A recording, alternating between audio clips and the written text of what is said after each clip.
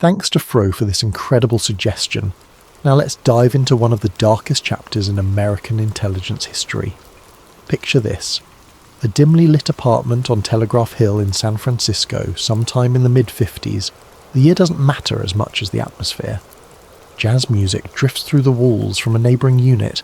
Miles Davis, or maybe Charlie Parker, the kind of cool bebop that makes you feel like you're living in a movie. A man walks through the door, his heart racing with anticipation. He's nervous but excited. He met a woman at a bar downtown, a place with red leather booths and bartenders who don't ask questions. She was beautiful, charming, and after an hour of conversation that felt effortless, she suggested they go somewhere more private. Now he's here. The apartment is decorated strangely, almost theatrically. Velvet curtains in deep purple, odd paintings on the walls, abstract shapes that seem to shift when you look at them too long. A mirror that takes up most of one wall, its surface spotless, reflecting the dim amber glow of table lamps. The woman pours him a drink. Whiskey, neat, just how he likes it. They sit close on a plush couch that's seen better days. He doesn't notice the tiny holes drilled in the ceiling where microphones hide. He doesn't notice the almost imperceptible hum of recording equipment running in the room next door. He has no idea that behind that mirror on the wall, CIA operatives are watching his every move.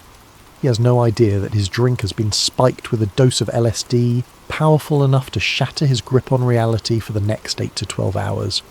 He has no idea that everything he says and does will be recorded, analysed, and filed away in a government laboratory where men in lab coats will review his breakdown like it's data from a chemistry experiment. This isn't fiction. This isn't a paranoid fantasy cooked up by conspiracy theorists in dimly lit basements. This is Operation Midnight Climax, and it actually happened on American soil, funded by American taxpayers, authorised by American officials who swore oaths to protect and defend the Constitution. The seeds of paranoia. The story begins in the smoking ruins of World War II, when the world split into two armed camps, and the word peace became something of a sick joke. The Cold War wasn't just about nuclear weapons capable of ending civilization in an afternoon. It wasn't just about spy satellites and proxy wars, and the constant threat of mushroom clouds blooming over major cities. It was about something far more insidious, far more terrifying, the human mind itself, and the possibility that it could be hijacked, reprogrammed, turned into a weapon. American intelligence officers became obsessed with reports filtering out of communist countries. The details were fragmentary, often contradictory, but the pattern was disturbing.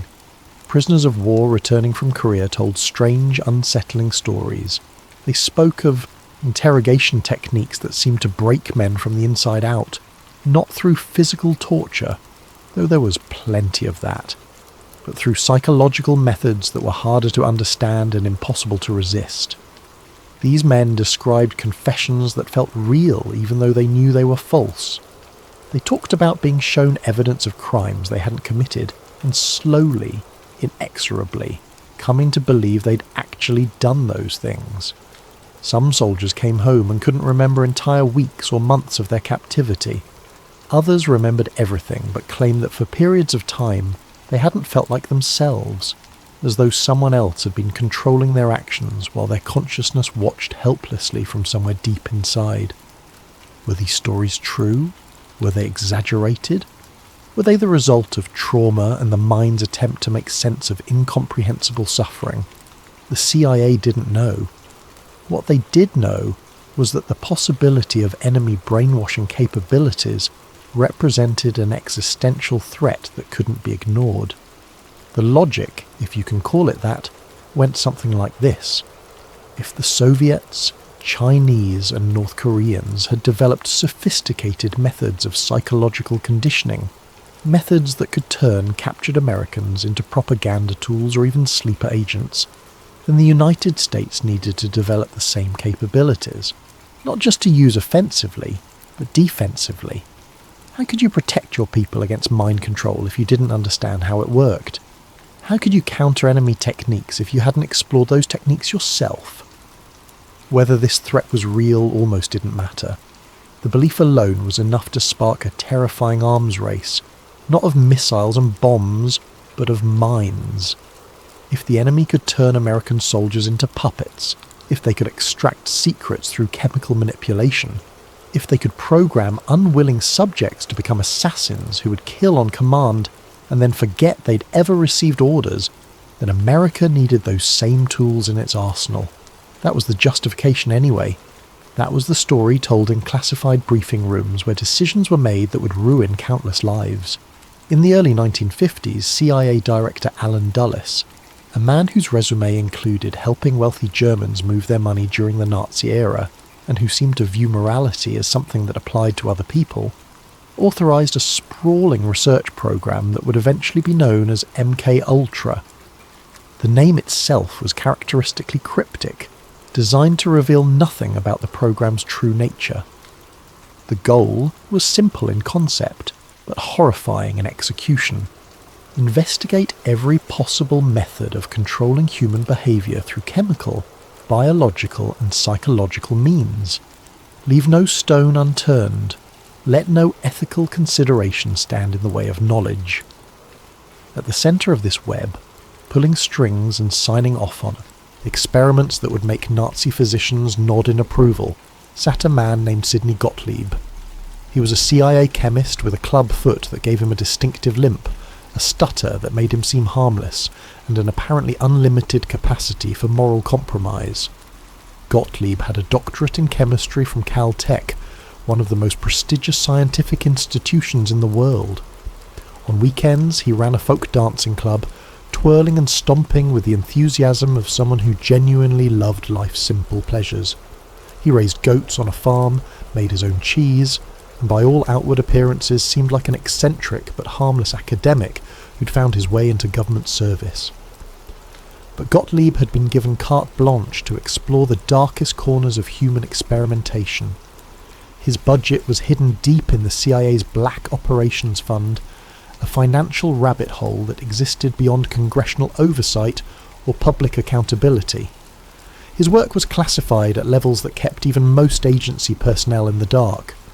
Colleagues in other departments knew only that Gottlieb ran something important, and that asking questions about his work was a career-limiting move.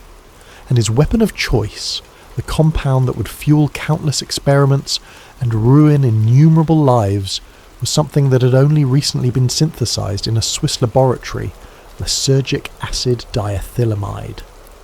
LSD. The promise of LSD.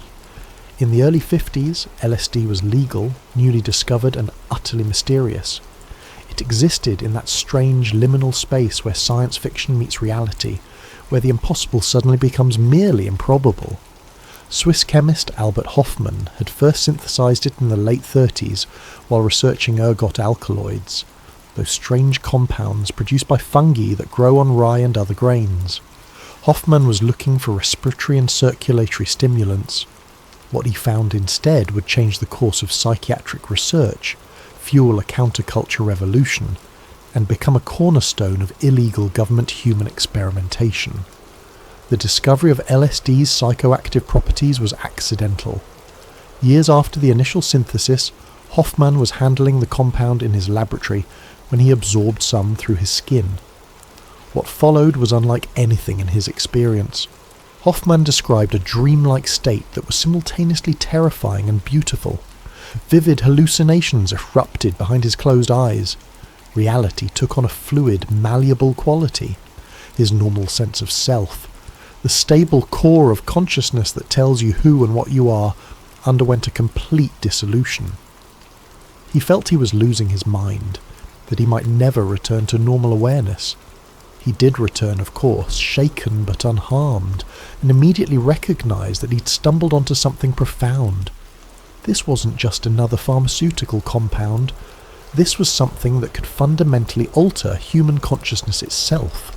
The CIA saw potential that went far beyond psychiatric therapy or philosophical exploration. Here was a drug that could shatter perception, dissolve the ego's defences, and leave subjects vulnerable and suggestible in ways that no amount of physical torture could achieve. The questions that consumed Gottlieb and his team of researchers were tantalizing enough to overcome any moral hesitation. Could LSD force someone to tell the truth during interrogation? Could it function as a kind of chemical spotlight that illuminated the dark corners of the mind where secrets hide? Could it erase traumatic memories, allowing operatives to undergo terrible experiences and then have those experiences wiped clean like chalk from a blackboard? Could it plant false memories, creating confusion about what had really happened? Could it break down psychological resistance so completely that subjects would cooperate fully with their interrogators, believing they were doing so of their own free will? Could it turn an ordinary person into an unwitting operative who would carry out orders and then forget they'd ever received them, creating the perfect untraceable assassin? These weren't idle speculations. These were operational questions that demanded empirical answers, and to get those answers, they needed human test subjects, lots of them. People who could be dosed, observed, and studied under controlled conditions without their knowledge or consent. The problem was consent. Even in the early 50s, before the modern framework of research ethics had fully developed, there were rules about human experimentation. No legitimate review board would approve experiments this dangerous, this unethical, this far beyond the boundaries of acceptable science. The experiments proposed under MKUltra made the infamous Tuskegee syphilis study look almost benign by comparison. The solution from the CIA's perspective was elegantly simple. Don't ask for consent. Don't seek approval from review boards. Don't even tell the subjects they're being tested. Find ways to dose people without their knowledge, in environments where their reactions can be carefully observed and documented, and classify the whole operation at levels that ensure nobody outside a small circle of initiated insiders ever learns what's happening. This is where Operation Midnight Climax enters the story, stage left, trailing shadows and moral bankruptcy. The man behind the mirror. George Hunter White was not a scientist. He didn't have a doctorate or spend his days pondering the mysteries of human consciousness. He was a federal narcotics agent with a reputation for getting results by any means necessary, legal or otherwise. Short, stocky, and physically aggressive, White had the build and temperament of a bulldog. He'd spent years cultivating relationships with criminals, informants, drug dealers, pimps, and people who lived in the grey zones of society where law and order are more theoretical than actual. White had worked deep undercover in some of the most dangerous environments imaginable. He'd made dangerous busts that put violent people behind bars. He'd developed connections in organised crime that would prove invaluable for intelligence work. And through it all, he'd developed a certain contempt for bureaucratic niceties, for the rules and regulations that seemed designed to make effective law enforcement impossible. White believed in getting the job done. The details of how you got there were less important than the results. The CIA recruited him precisely because he had no qualms about getting his hands dirty. They needed someone who could operate in moral grey zones, someone who wouldn't lose sleep over the questionable legality or blatant immorality of what they were asking him to do. White fit the profile perfectly. In the spring of 1954, White was given an unusual assignment, even by the standards of Cold War intelligence work. He would create a series of safe houses, a term that usually means secure locations for protecting valuable assets or conducting sensitive meetings, where unwitting subjects could be secretly dosed with LSD and other drugs, while their behaviour was observed, filmed, and recorded in exhaustive detail. The twist, the detail that elevated this from unethical human experimentation to something uniquely perverse, was that these safe houses would be disguised as brothels. The operational logic was sound in a twisted way. Men visiting prostitutes were already engaged in illegal activity in most jurisdictions. They were unlikely to report strange experiences to police. They'd be embarrassed, vulnerable, and easily dismissed if they did come forward. The social stigma associated with visiting sex workers would keep them silent. and the presence of sex workers themselves provided a natural cover for the operation, while also allowing researchers to study how LSD affected sexual behaviour and inhibition. White set to work with the enthusiasm of someone who'd found his true calling. He rented apartments in San Francisco, choosing locations in areas where unusual activity wouldn't draw too much attention. Telegraph Hill was perfect, bohemian enough that strange comings and goings would blend into the neighbourhood's general eccentricity, but upscale enough that the men being lured there would feel comfortable. The apartments were furnished with decor that can only be described as garish. Think Bordello meets art student's first apartment. Velvet curtains in deep reds and purples, cheap but exotic-looking furniture, dim lighting that created atmosphere while also hiding the various surveillance equipment, paintings and decorations that seemed just slightly off, slightly wrong, like they'd been chosen by someone who'd heard about interior design but never actually seen a well-decorated room. The centrepiece of each safe house was a two-way mirror installed in the bedroom. From one side it looked like an ordinary mirror, perhaps unusually large, but nothing that would raise immediate suspicion. From the other side, it was a window offering a perfect view of everything happening in the room. Behind these mirrors, CIA operatives would sit for hours, watching, filming, taking notes, documenting every detail of how the drugs affected their unwitting subjects.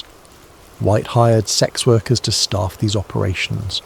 The women, and they were all women, working with male subjects, reflecting both the era's assumptions about sexuality and the operational focus of the research, were told they were working for the government, conducting important research that would help protect American national security.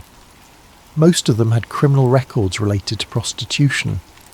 White offered them good money, regular work, and in some cases immunity for past legal troubles.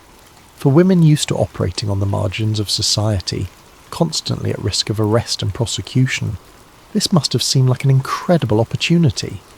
They were trained in how to lure men back to the apartments, how to make them feel comfortable, and most importantly, how to dose their drinks without arousing suspicion.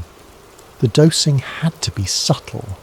Too obvious, and the subject might refuse the drink or become suspicious.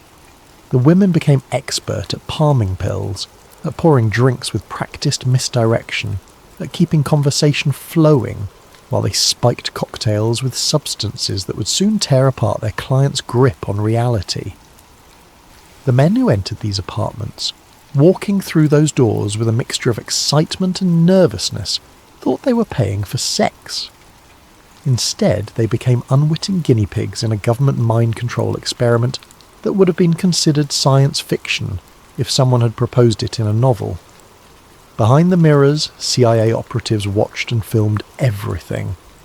The observation rooms were cramped, dark, and smelled of stale cigarettes and instant coffee. Agents sat in uncomfortable chairs, eyes fixed on the scenes unfolding on the other side of the glass, notebooks open, cameras rolling.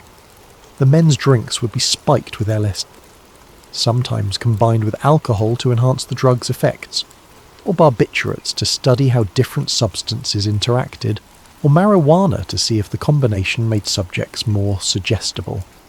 Then the watchers waited to see what would happen. This was the heart of the experiment, observing human beings as they lost their grip on reality, documenting their responses, cataloguing their fears and revelations, treating consciousness itself as just another variable to be measured and manipulated. Would the men become more talkative, revealing secrets or confessing to things they'd normally keep hidden? Would they become paranoid, seeing threats everywhere, reacting to phantoms? Would their inhibitions dissolve completely, engaging in behaviour they'd normally suppress? Would they become violent, lashing out at perceived threats? Would they become suggestible, accepting instructions or ideas they'd normally reject? Would they become catatonic, collapsing into unresponsive states as their minds struggled to process the overwhelming sensory distortion? Every reaction was noted with clinical detachment. Every word was recorded on reel-to-reel tape machines, the magnetic ribbon capturing confessions, screams, rambling monologues, and terrified pleas. Hidden cameras, state-of-the-art for the era but primitive by modern standards, Captured footage that would later be reviewed frame by frame by analysts at CIA headquarters in Langley, Virginia, men who would watch other men's worst moments and take notes like they were observing laboratory rats. The whole operation had a veneer of scientific methodology. There were protocols, forms to fill out, data to be collected and analysed. But strip away that veneer and what remained was something much darker. State-sanctioned voyeurism mixed with psychological torture, human experimentation that crossed every ethical line, and a profound contempt for the rights and dignity of American citizens. Inside the safe house. Let's slow down and really examine what happened inside these apartments. The clinical description doesn't capture the horror of the experience for those who lived through it. We need to get closer, more visceral, to understand what Operation Midnight Climax actually meant for its victims. Imagine being one of those men. You've met an attractive woman at a bar in North Beach or the Tenderloin, one of those places where sailors and workers and businessmen mix together in the democratic anonymity of alcohol and dim lights. She's engaging, funny, seems genuinely interested in you. In an era where women were expected to be demure and passive, her forwardness is exciting. She laughs at your jokes. She touches your arm when she talks. After an hour of conversation that feels natural and easy, she leans close and suggests going back to her place. Your heart races. You're nervous. You've never done anything like this before, or maybe you have, but it still makes you anxious. But you agree. You pay your tab, leave the bar together, walk through San Francisco streets still busy despite the late hour. She takes you to an apartment building on Telegraph Hill, upstairs that creak, down a hallway where you can hear jazz music and muffled conversations from neighbouring units. The apartment door opens and you step into a world that seems slightly unreal. The decor is strange, too deliberately bohemian, like a stage set. There are velvet curtains, paintings of abstract shapes, furniture that's simultaneously plush and worn. A mirror dominates one wall, its surface reflecting the amber glow of table lamps. The whole space has an odd quality, like it exists slightly outside normal reality. You notice this peripherally, but don't dwell on it. You're focused on the woman, on the anticipation of what's about to happen. She offers you a drink. Whiskey, perhaps, or gin. You say yes. She moves to a small bar in the corner, her back to you, and you hear the clink of glass, the splash of liquid being poured. She returns with 2 glasses, hands you one, sits close on a couch that's seen better years of use. You talk, you drink. The whiskey burns pleasantly as it goes down. You don't notice anything unusual about the taste. Why would you? The dosage has been calculated carefully. Just enough LSD to have profound effects, but not so much that it overwhelms the flavour of whatever alcohol it's mixed with. The women working for White have become expert at this, knowing exactly how to mask the drug's presence. 30 minutes pass, maybe 45. You're feeling good, relaxed, the alcohol warming you from inside, and then, subtle at first, things begin to change. The edges of your vision seem to shimmer, colours become more vivid, more saturated, as though someone has adjusted the contrast on reality itself. The woman's face takes on an odd quality, simultaneously familiar and strange. The paintings on the wall seem to move when you're not looking directly at them, shapes shifting and flowing like they're alive. You shake your head, trying to clear it. Maybe you drank too fast. Maybe the whiskey was stronger than you thought. But the sensation intensifies. The walls seem to breathe, expanding and contracting in rhythm with your heartbeat. Patterns emerge from the textured wallpaper, complex geometric designs that couldn't possibly be there but are undeniably present. The ambient sounds, the jazz from next door, the distant street noise, your own breathing, take on a crystalline quality, each sound distinct and impossibly clear. Your sense of self begins to fragment. This is perhaps the most terrifying part, harder to describe than the visual distortions. That stable sense of being you, the continuous thread of consciousness that's been constant your entire life, starts to unravel. You're simultaneously yourself and watching yourself from outside, unable to reconcile these two perspectives. Time loses all meaning. Seconds stretch into eternities. Or maybe hours have passed in what felt like moments. You can't tell, and the inability to tell is itself terrifying. The woman you came here with, the woman whose name you now can't remember, seems to transform. Sometimes she appears sinister, her face shifting into a mask of malevolence. Sometimes she seems angelic, glowing with an inner light that makes you want to weep at her beauty. Sometimes she doesn't seem quite human at all, more like an idea of a person, a symbol representing something you can't quite grasp. And through it all, though you don't know it, men in suits are watching from the other side of that mirror. They're taking notes on your breakdown, recording your reactions, treating your terror and confusion as data points to be analysed. You're not a person to them.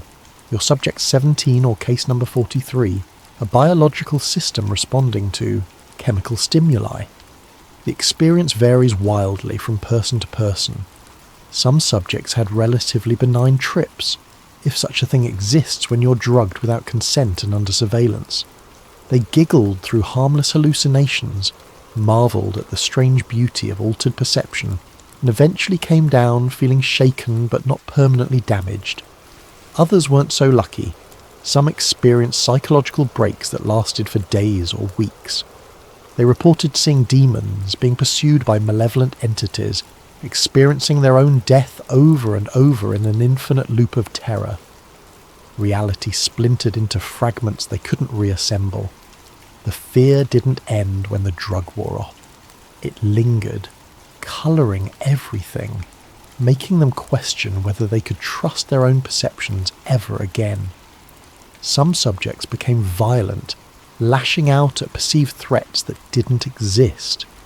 The women working these operations were sometimes injured, though this rarely made it into official reports.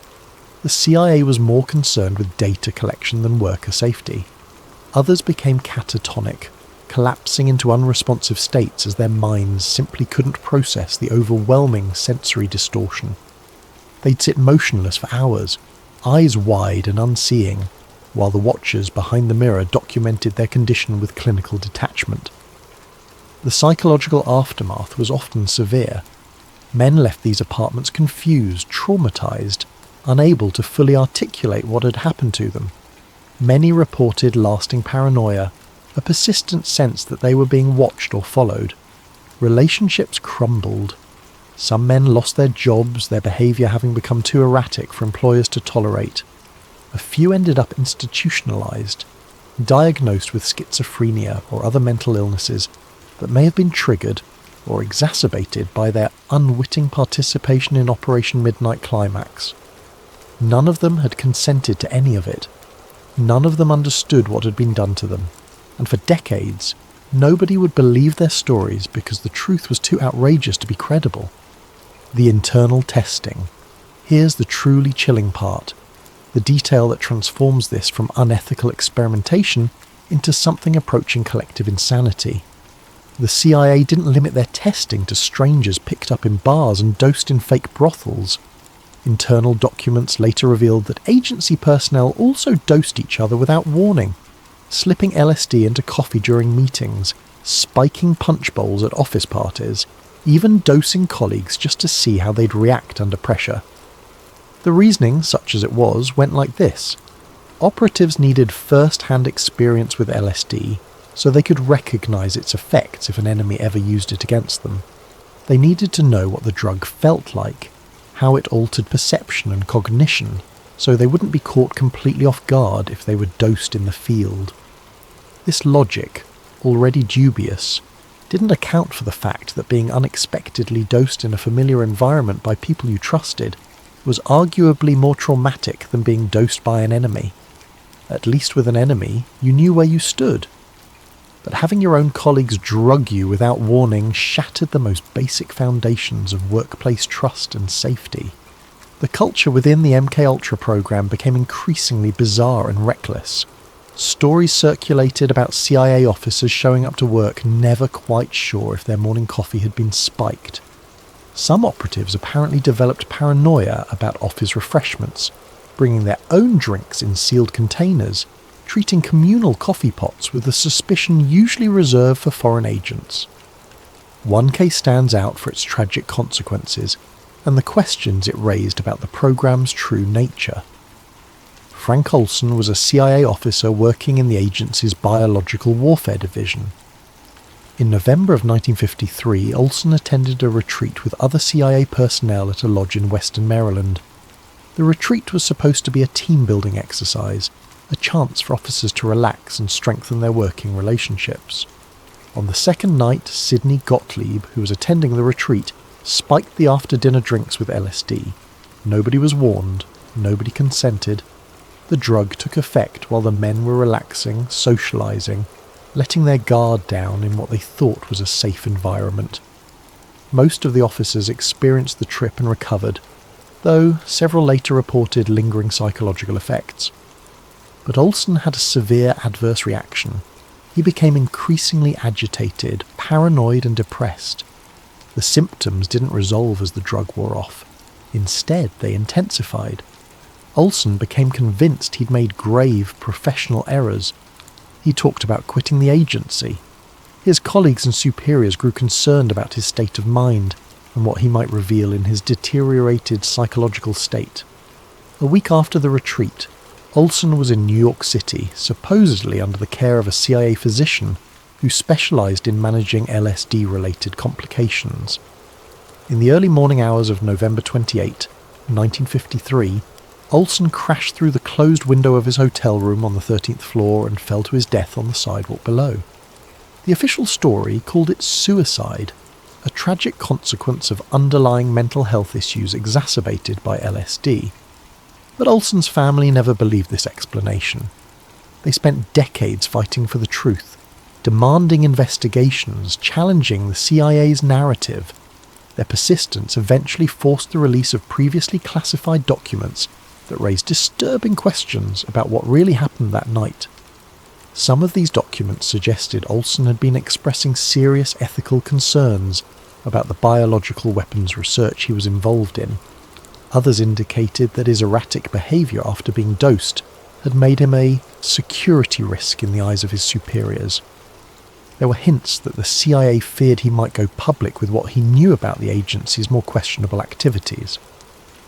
The question that haunts researchers and Olson's surviving family members is whether his death was really a suicide or whether he was murdered, pushed from that hotel window by people who decided he'd become too much of a liability. We'll probably never know for certain. The witnesses are dead, the evidence is contradictory, and the agency has no incentive to reveal anything that would implicate its personnel in murder. What we do know is that Frank Olson's death marked a turning point. It forced some internal recognition that the MKUltra experiments were spiralling out of control, that the casual dosing of personnel had gone from questionable research to dangerous recklessness. But this recognition didn't lead to meaningful reform or accountability. It led to better operational security, more careful documentation, and increased efforts to ensure that if things went wrong, they could be covered up more effectively. The descent into depravity, the moral rot at the heart of Operation Midnight Climax extended beyond the central mission of dosing unwitting subjects. George Hunter White's personal diary, which surfaced years later during congressional investigations, provides a disturbing window into the mindset that prevailed among those running the operation. In one particularly chilling passage, White wrote, "Where else could a red-blooded American boy lie, cheat, steal, deceive, rape, and pillage with the sanction and blessing of the All-Highest?" Read that again. This wasn't a moment of reflection or regret. This was celebration. White was expressing joy, almost glee, at having found a situation where normal moral constraints didn't apply. The All-Highest he referenced was the CIA, the intelligence apparatus that had given him license to operate outside the law and beyond ethical boundaries. The diary entries paint a picture of a man intoxicated, not just by the alcohol he consumed in vast quantities, but by power and moral license. White hosted parties at the safe houses where CIA officers, visiting dignitaries, and selected guests would drink heavily and watch the proceedings behind the mirror like it was entertainment. These weren't scientific observations conducted with professional detachment. They were viewed as a show, a spectacle, a form of voyeuristic entertainment that happened to generate data as a side effect. The line between intelligence work and personal indulgence blurred completely and then disappeared altogether. White decorated one of the safe houses with a photograph of himself, sitting in front of a table covered with various drugs and paraphernalia, grinning at the camera like a kid showing off his toys. The image captured something essential about the operation. This wasn't grim, but necessary work done reluctantly in service of national security. This was something its participants enjoyed, something they found thrilling and liberating. Taxpayer money funded not just the drugs and surveillance equipment, but also the lavish lifestyle White cultivated around these operations. The CIA covered the rent on multiple apartments, paid the sex workers generous wages, provided unlimited alcohol, and financed White's personal entertainment. The official designation was behavioral research, a term that made it sound scientific and serious. The reality was much uglier. A government-funded party where drugging and manipulating American citizens was treated as sport. The drugs used weren't limited to LSD, though that remained the primary focus. White's team experimented with a disturbing array of substances, often combining them in ways that pushed subjects to psychological breaking points. Amobarbital, a barbiturate sedative, was used to create states of reduced inhibition and increased talkativeness, the so-called truth serum effect that interrogators had long sought. Subjects under the influence of amobarbital would become drowsy, compliant and talkative, sometimes revealing information they'd normally keep hidden. Marijuana was tested in various combinations, with researchers interested in whether it enhanced suggestibility or reduced anxiety in ways that could be exploited during interrogation. Sodium pentothal, another barbiturate with supposed truth serum properties, was administered to subjects to see if it could be used to extract reliable information. But the most disturbing experiments involved combining multiple substances. LSD mixed with alcohol created unpredictable effects, sometimes inducing terrifying hallucinations, sometimes creating a manic euphoria that dissolved all inhibitions. LSD combined with barbiturates could produce a strange state, where subjects were simultaneously hallucinating and sedated, trapped in vivid nightmares they couldn't wake from. Some cocktails were designed to maximize fear responses, pushing subjects into states of terror that lasted hours. There was no medical oversight, at least not in any meaningful sense. The CIA had physicians on staff who were technically supervising the experiments, but these were doctors who'd already compromised their Hippocratic oaths by participating in unethical human experimentation. They weren't there to protect the subjects' well-being. They were there to ensure subjects didn't die in ways that would create complications for the agency. No one was checking on the well-being of the subjects after they left the safe houses. No one monitored them for long-term psychological or physiological effects. No protocol existed for what to do if someone had a medical emergency or complete psychological breakdown that lasted beyond the expected duration of the drug's effects. The attitude seemed to be that these were expendable people, criminals and deviants who'd wandered into the wrong place at the wrong time, men whose suffering was acceptable collateral damage in the name of national security. This raises an uncomfortable question about the nature of evil. We like to think of evil as dramatic, as something done by obvious villains with clear malicious intent. But Operation Midnight Climax demonstrates how evil can be banal, bureaucratic, hidden behind clipboards and requisition forms and budget line items. The people running these operations weren't cackling supervillains. They were government employees with families and hobbies, people who went home at night and had dinner and probably considered themselves patriots serving their country. They'd simply found a way to compartmentalise the harm they were causing, to separate the human consequences of their actions from the abstract goals they were pursuing. The network expands. By the late 1950s, the operation had expanded well beyond the initial San Francisco safe house. White established another operation in New York City, tucked away in Greenwich Village, that bohemian enclave where artists and writers and people living on the margins could exist without drawing excessive attention.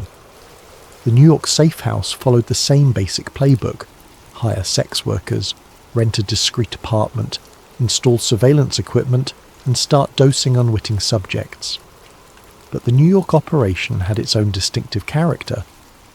Greenwich Village in the 50s was a creative ferment, a neighbourhood where beat poets read in coffee shops and jazz musicians played in basement clubs, and people talked about art and politics until dawn. The safe house blended into this environment perfectly, just another odd apartment in a neighbourhood full of odd apartments.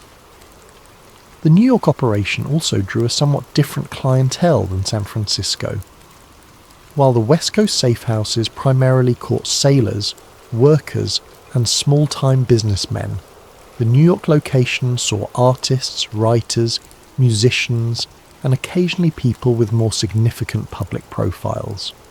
There's speculation, impossible to verify because the records were destroyed, that some relatively prominent cultural figures were dosed in the Greenwich Village safe house.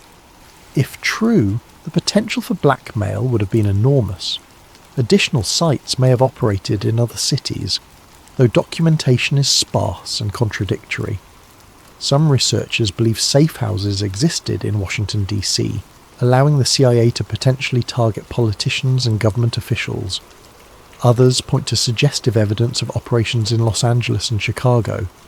The truth is, we'll never know the full extent of the program, because the systematic destruction of records in the 70s ensured that many secrets stayed buried. What we know for certain is that by the late 50s, multiple safe houses were active simultaneously, processing dozens, if not hundreds, of subjects each year. The scale of the operation was staggering. Conservative estimates suggest that over the course of its existence, Operation Midnight Climax dosed several thousand men without their knowledge or consent. The actual number could be significantly higher. Inside CIA headquarters at Langley, this was still framed as cutting-edge behavioural science.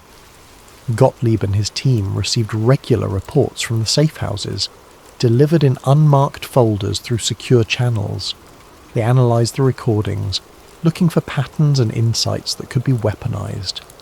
Which drug combinations produced the most suggestibility? Under what conditions did subjects reveal secrets? Could terror be induced reliably and controlled precisely?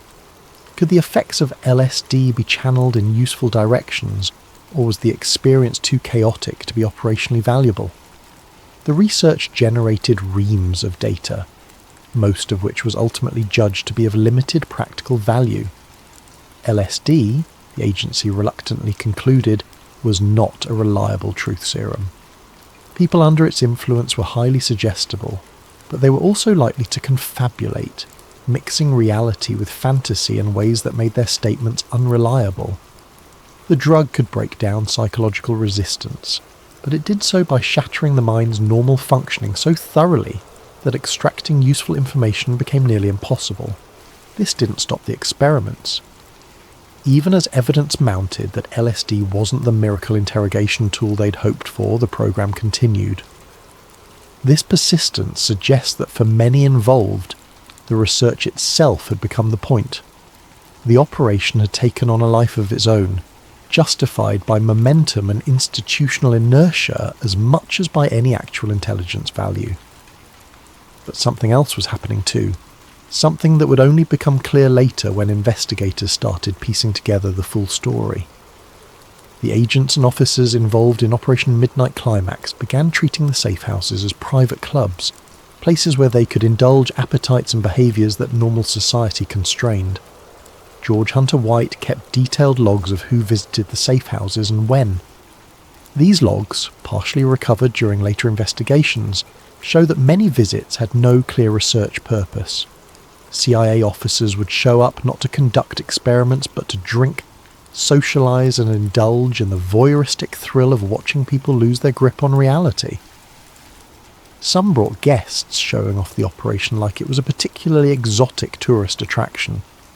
The safe houses became a kind of shadow perk for CIA personnel, a place where the normal rules didn't apply, where you could watch human beings at their most vulnerable and tell yourself it was for the greater good. White would invite colleagues to come watch the show, and they'd spend evenings drinking and observing like Romans at the Colosseum, treating other people's suffering as entertainment. Reports suggest that the safe houses were also used for activities that had nothing to do with official CIA business. Some personnel allegedly used them for assignations, taking advantage of the apartments and the available sex workers for personal gratification. The line between official operations and personal pleasure dissolved entirely. The program had metastasized from dubious research into something that resembled organized abuse with government funding. And nobody was stopping it because everyone involved had reasons to stay quiet, whether from fear of ending a career-making operation or fear of being implicated in activities that, if exposed, would destroy careers and possibly result in criminal charges. The beginning of the end. By the early 60s, the cracks were becoming impossible to ignore. The CIA was still riding high from its Cold War successes, still operating with the confidence of an organisation that believed itself above accountability. But even within this culture of moral flexibility, Operation Midnight Climax was starting to look indefensible. Internal CIA memos from this period, later obtained through Freedom of Information Act requests, show growing concern among mid-level administrators. These weren't bleeding heart liberals troubled by abstract ethical considerations. These were practical intelligence officers worried about operational security and legal liability. The questions they raised had nothing to do with the morality of dosing citizens without consent and everything to do with the practical problems this created. What happens if a subject dies during an experiment?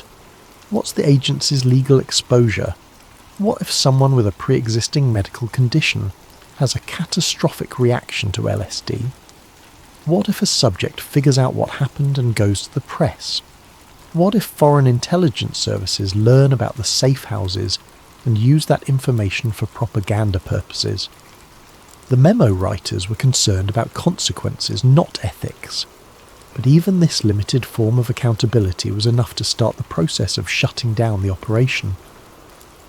The CIA's Inspector General's office conducted a review in the early 60s and found what amounted to a rogue operation with minimal scientific value and enormous legal liability. The Inspector General's report, portions of which survived the later purge of documents, made for damning reading.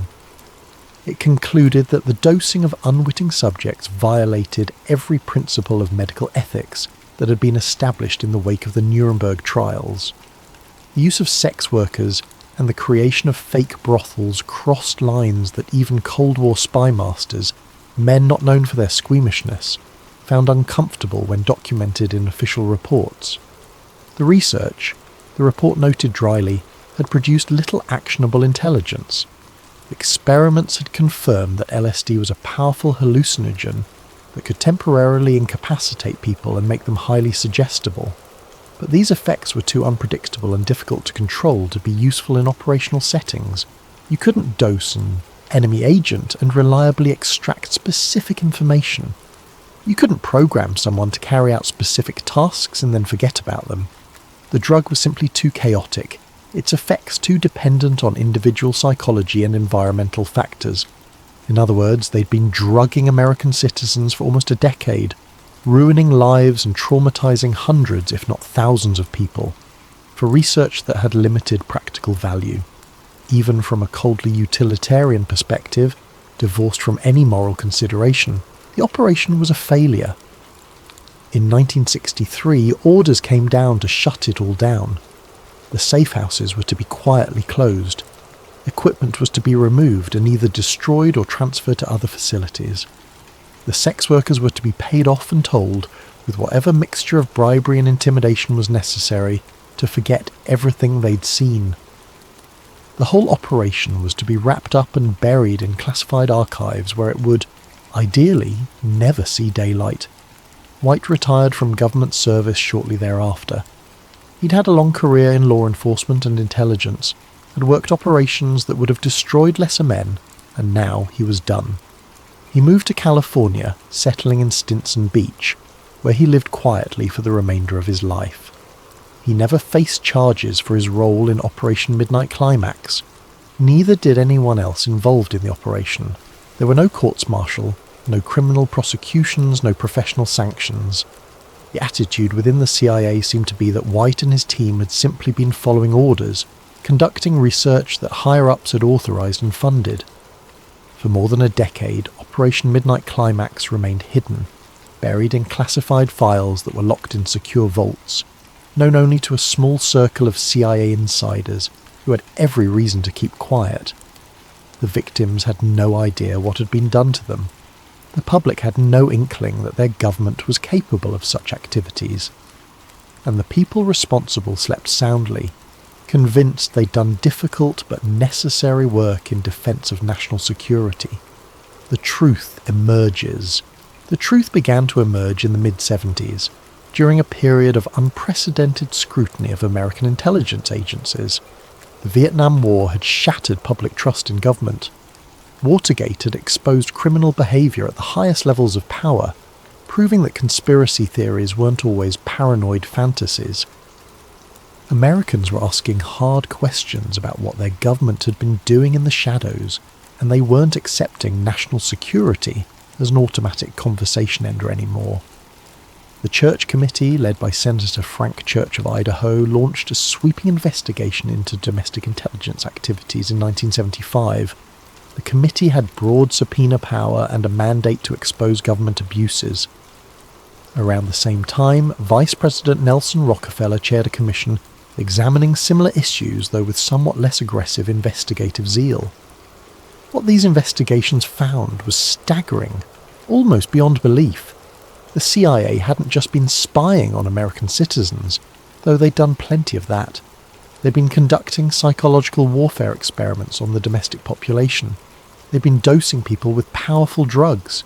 They'd been working with organised crime. They'd been running brothels on American soil. The scope of the abuses was so vast that it was almost incomprehensible. MKUltra, the investigations discovered, wasn't just one program but an umbrella for dozens of sub-projects, many of them involving unethical and sometimes horrifying human experimentation. Universities had been used as testing grounds, with professors dosing students without their knowledge. Prisons had been turned into laboratories, with inmates offered reduced sentences in exchange for participating in experiments that often caused lasting harm. Mental institutions had been co-opted, with patients subjected to treatments that had more to do with breaking minds than healing them. Operation Midnight Climax was among the most egregious sub-projects, but it was far from alone. The breadth of MKUltra suggested a systemic problem, a complete breakdown of ethical constraints and oversight mechanisms that had allowed intelligence personnel to pursue virtually any avenue of research without accountability. In 1977, following the Church Committee revelations, the CIA declassified thousands of pages of MKUltra documents. Journalists and researchers pored over the files, and gradually the full scope of Operation Midnight Climax came into focus. The sanitized language of official reports couldn't quite hide the horror of what had been done. Survivors began coming forward, encouraged by the investigations and by the realization that they weren't alone, that others had experienced similar inexplicable trauma. Some described being drugged and disoriented, waking up hours later in unfamiliar surroundings with no clear memory of what had happened, only fragmentary impressions of terror and confusion. Others spoke of lasting psychological damage, of paranoia that never fully went away, of relationships destroyed by behavioural changes they couldn't explain or control, of careers derailed by psychological instability they couldn't trace to any source. One man, testifying before investigators, described an experience in a San Francisco safe house that had haunted him for over 2 decades. He'd gone back to an apartment with a woman he'd met at a bar, had a drink, and then reality had come apart. He remembered walls that breathed, faces that melted, hours of terror where he was convinced he was dying or going insane. When he finally came down and left the apartment, confused and shaken, he tried to put the experience behind him, but it wouldn't stay behind him. For years afterward, he suffered from nightmares, panic, attacks, and a persistent sense that reality wasn't quite stable, that it might shatter again at any moment. His marriage fell apart, he lost his job, he spent time in psychiatric facilities, and for most of that time, he had no idea what had actually happened to him. No framework for understanding why a single night had demolished his life so completely. Another survivor talked about how a single night of unknowingly consuming LSD had triggered latent mental illness that plagued him for decades. He'd had no history of psychological problems before that night. Afterward, he struggled with symptoms that doctors diagnosed as schizophrenia, auditory hallucinations, paranoid ideation, difficulty distinguishing reality from delusion. He'd spent years on antipsychotic medication, in and out of hospitals, his life effectively destroyed. When he learned about Operation Midnight Climax, pieces started to fall into place. The symptoms had started immediately after that confusing, terrifying night in an apartment he could barely remember. He'd been dosed, his brain chemistry altered in ways that triggered a cascade of psychological problems. But there was a massive problem with the survivors coming forward, and the investigations trying to piece together what happened. Most of the records had been deliberately destroyed. In 1973, as the Watergate scandal consumed Washington, and it became increasingly clear that intelligence agencies would soon face unprecedented public scrutiny, outgoing CIA Director Richard Helms made a fateful decision. He ordered the destruction of all MKUltra files, everything. The research data, the experimental protocols, the surveillance footage, the audio recordings, the administrative records, all of it was to be eliminated. The destruction was systematic and thorough. Boxes of documents were shredded into confetti. Reels of magnetic tape were erased. The recordings of men's worst moments electronically obliterated. Film canisters were opened and their contents burned. Thousands of hours of footage turned to ash and smoke. The goal was to make it as though MKUltra had never existed, to eliminate any evidence that could be used to hold individuals accountable, or prove the full extent of the program's abuses. The destruction was so comprehensive that investigators in the 70s could only piece together fragments of what had really happened. The true number of victims, the full extent of the experiments, the complete list of safe house locations, the names of everyone involved, all of it vanished into industrial shredders and incinerators. The history of Operation Midnight Climax exists now only in outline, with the details lost forever. What survived was largely accidental. Some documents had been mislabeled and filed in the wrong places, allowing them to escape the purge. Financial records, which were kept separately and overlooked during the destruction order, provided a paper trail showing how much money had been spent and where it had gone. And most importantly, the testimony of people who'd been there, who'd participated or been victimised, provided first-hand accounts that no amount of document shredding could eliminate. These fragments were enough to confirm that Operation Midnight Climax had happened, that the core accusations were true, that the government really had drugged citizens in fake brothels and called it research. But the gaps in the record remained frustrating and troubling. We know what happened in broad strokes, but the specific details, who exactly was victimised, what precisely was done to them, who gave which orders and when, are lost. The conspiracy deepens. As researchers dug deeper into the fragmentary evidence, examining what had survived the purge and interviewing everyone they could find who had knowledge of the program, a disturbing pattern emerged. Operation Midnight Climax may not have been primarily about LSD research at all. The drug testing might have been cover for something else entirely. Blackmail. Think about the operational reality. The CIA was secretly filming prominent men in compromising sexual situations, while those men were under the influence of mind-altering drugs. Every session created potential blackmail material. Get someone on film in a San Francisco safe house, engaging in activities they'd never want made public, saying things they'd never want attributed to them, and you own them. You have leverage that can be used to secure cooperation, extract favours, or simply ensure silence. The blackmail theory isn't just speculation. There's circumstantial evidence supporting it. Pieces of a puzzle that, while individually inconclusive, collectively paint a suggestive picture. First, consider George Hunter White's background and connections. He wasn't just a federal narcotics agent. He had extensive ties to organised crime, relationships built over years of undercover work and complicated by the realities of Prohibition-era law enforcement. The mob controlled prostitution in most major American cities. They had their own networks of safe houses and compromising situations used for leverage. White would have been intimately familiar with these tactics. The CIA had a long, documented history of working with organised crime when it suited their purposes. They'd partnered with the mob in attempts to assassinate Fidel Castro. They'd used criminal networks to move money and weapons. The overlap between CIA operations and criminal enterprises was far more extensive than most people realise. The safe houses in Operation Midnight Climax closely resembled mob-run honey trap operations. The techniques, using sex workers to lure marks, compromising them in situations they couldn't escape without embarrassment, creating leverage through documentation of illegal or socially unacceptable behaviour, was straight from the organised crime playbook. Second, consider the targets. While many of the men caught in these operations were ordinary citizens, sailors on shore leave, businessmen looking for excitement, workers unwinding after long shifts, there are suggestions that some subjects were chosen more deliberately.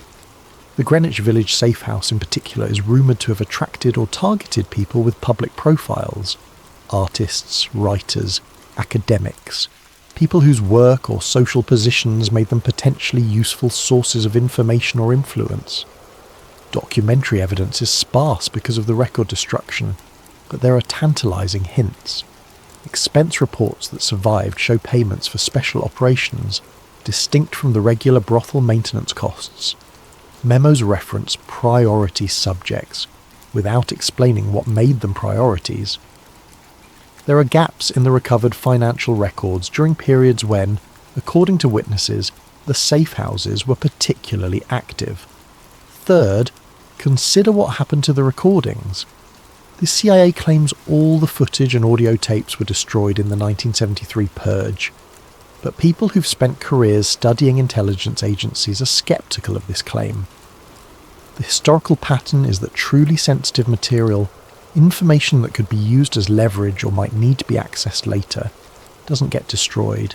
It gets hidden, secured, kept available for potential future use. There are whispers, impossible to verify, that the tapes didn't all end up in incinerators. Some allegedly found their way into private hands, parcelled out to powerful people as insurance, or traded for favours. The logic is grimly practical. If you're holding blackmail material on someone influential, you don't destroy that leverage. You keep it, use it when necessary, and pass it on to ensure it remains useful. There are theories that copies exist in foreign intelligence archives, obtained through spies or defectors who recognise their value. The KGB would have loved to get its hands on footage of American officials in compromising positions. So would other intelligence services. If any of the people involved in Operation Midnight Climax were recruited by foreign powers, this safe house recordings would have been invaluable. Fourth, consider the timing and manner of the operation's closure. The programme was shut down in 1963, officially because the Inspector General found it unethical and unproductive. But some researchers note that this was also the year of several significant intelligence scandals and growing congressional scrutiny of CIA activities. Shutting down the safe houses might have been less about ethics and more about removing a potential embarrassment before it could be discovered. The closure was quiet, almost furtive. No announcement, no acknowledgement that anything had been happening. The apartments were simply vacated, the sex workers paid off and warned to stay quiet, the equipment removed. But witnesses, maintenance workers, landlords, neighbours reported something odd. Months and even years after the official closure, mysterious men continued to rent or visit these properties, always using false names, always paying in cash, always somehow connected to private defence contractors or consulting firms with opaque ownership structures. If the CIA really shut down the safe houses completely, who was using them, and for what purpose? The agency has never provided a satisfactory answer. One possibility is that the official shutdown was a bureaucratic fiction, that the operations continued but with even deeper classification and more careful operational security. Another possibility is that the safe houses were transferred to different organisations, private contractors perhaps, or other intelligence agencies that could continue similar activities with less direct CIA involvement and therefore less institutional risk.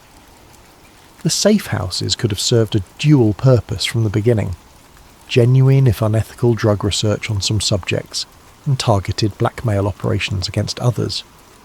The drug testing provided cover, a seemingly scientific rationale for activities that might otherwise have been impossible to justify, even within the classified world of intelligence operations.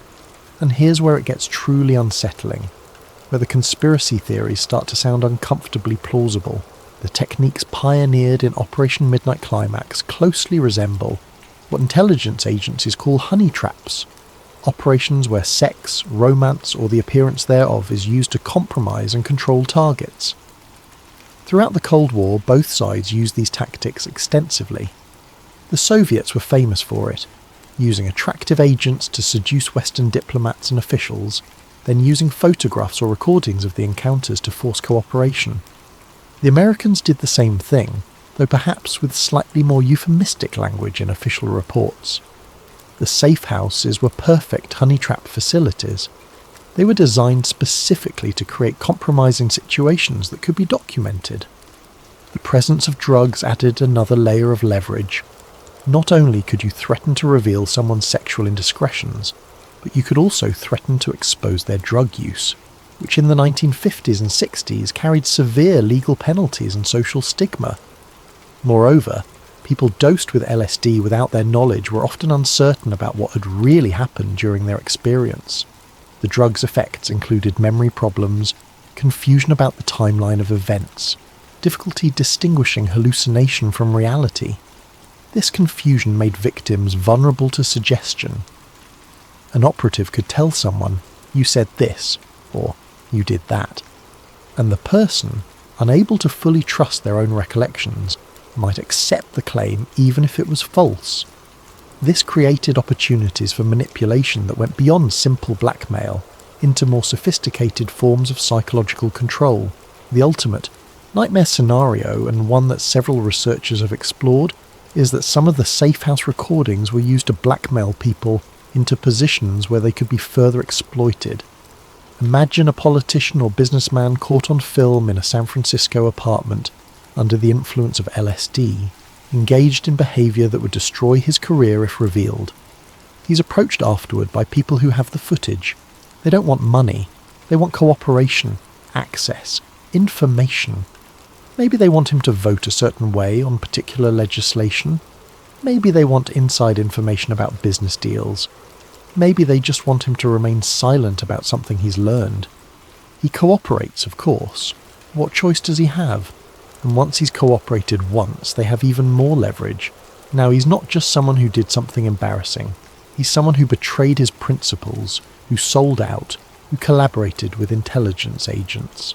The leverage compounds, the trap tightens, and escape becomes increasingly impossible. This isn't wild speculation. This is how intelligence agencies operate. The techniques are documented. The only question is whether Operation Midnight Climax was actually used this way. and if so, on what scale and against which targets? Without the destroyed records, we'll never know for certain. But the operational logic is sound, and the capabilities were clearly in place. The architects escape justice.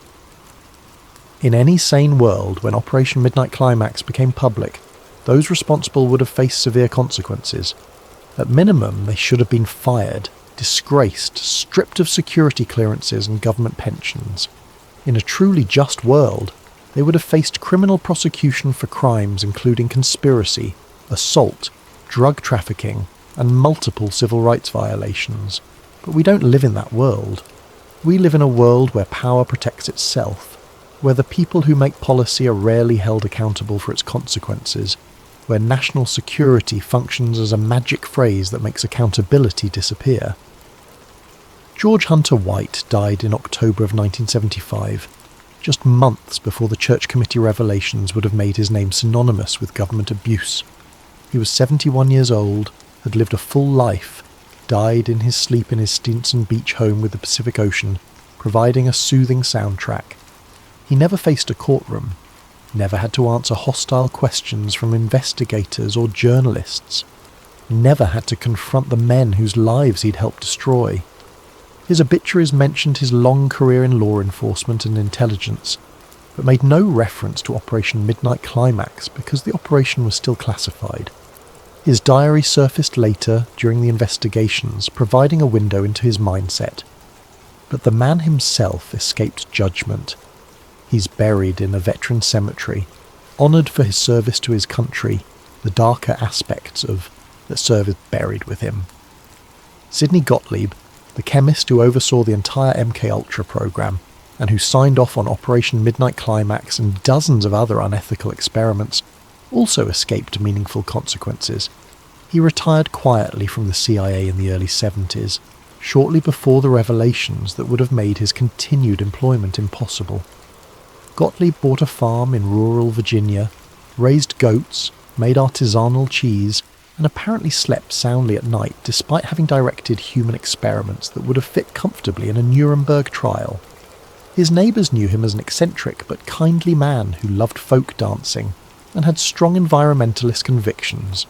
They had no idea he'd once run a program that dosed thousands of Americans with powerful drugs without their consent. When journalists finally tracked him down in the 90s, he refused to discuss his CIA work in any detail. He expressed vague regrets about unfortunate excesses, but maintained that the research had been necessary given the threats America faced during the Cold War. He died in March of 1999, age 80, having lived a long life free from prosecution or public censure, beyond some critical articles that most people never read. The sex workers who'd worked in the safe houses, luring men and dosing their drinks on CIA orders, faced more complicated consequences. Most disappeared back into the underground economy, trying to leave this strange chapter of their lives behind them.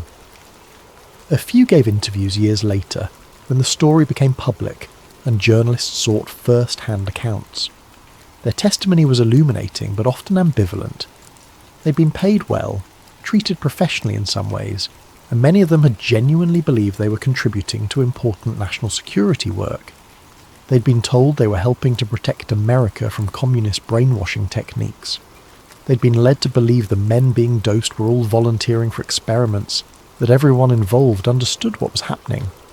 When they learned the truth, that the men had been unwitting victims, that no consent had been obtained, that the operation was fundamentally unethical from top to bottom, their reactions varied. Some expressed remorse. Others remained defensive, arguing they'd just been following orders and trying to survive in a world that gave women in their profession few choices and little protection. Still others seemed to have compartmentalized the experience so thoroughly that they struggled to engage with questions about its morality. None of them faced legal consequences for their participation. The CIA had given them immunity, and even years later, when the operation became public, prosecutors showed no interest in going after the women who'd been essentially tools of the program rather than its architects. The subjects, the actual victims, received nothing. No compensation, No official apology beyond generic statements that mistakes were made. No acknowledgement beyond the bare admission that yes, this program existed, and yes, it was wrong. Several victims attempted to sue the government for damages. These cases were almost uniformly unsuccessful. The government argued sovereign immunity, claimed that state secrets privilege prevented full disclosure of what had happened, and used procedural manoeuvres to avoid meaningful accountability. Some cases were settled out of court for small sums with strict non-disclosure agreements attached. The government preferred to pay modest settlements rather than allow victims to pursue cases that might result in broader discovery of still classified information or set precedents for future claims. The message was clear. You might have been drugged and traumatized by your own government, but you have no recourse. Power protects itself. The government's position was essentially, mistakes were made, procedures have been improved, oversight is better now, let's move on. But you can't move on from something like this without reckoning with what it means, without holding people accountable, without creating systems that actually prevent similar abuses rather than just investigating them decades after the fact. The knowledge lives on. Here's perhaps the most disturbing aspect of Operation Midnight Climax. The detail that transforms it from historical atrocity into ongoing concern. The research didn't disappear just because the program was shut down and the files were shredded. The CIA learned things about human psychology during Operation Midnight Climax and the broader MKUltra program. They learned how drugs affect behavior under different conditions. They learned techniques for breaking down psychological resistance. They learned methods for manipulating perception and creating vulnerability. That knowledge didn't evaporate when the safe houses closed. It got incorporated into training manuals, interrogation protocols, and behavioural analysis techniques. The specific tactics may have changed. The technology certainly has advanced, but the underlying philosophy remains: study human vulnerability, catalogue the ways consciousness can be altered and manipulated, then weaponise that knowledge for intelligence purposes. When you read about enhanced interrogation methods used decades later at facilities like Abu Ghraib and Guantanamo Bay, when you learn about psychological operations designed to disorient and control, when you encounter descriptions of isolation, sensory deprivation, sleep disruption, and other techniques meant to break subjects without leaving physical marks, you're seeing the legacy of programs like MKUltra and Operation Midnight Climax. The through line from a CIA safe house in 1950s San Francisco to modern behavioural manipulation is more direct than most people realise. The knowledge was preserved, the techniques were refined, the applications multiplied. Some of the findings from LSD research made their way into academic psychology, minus the context of how they were obtained.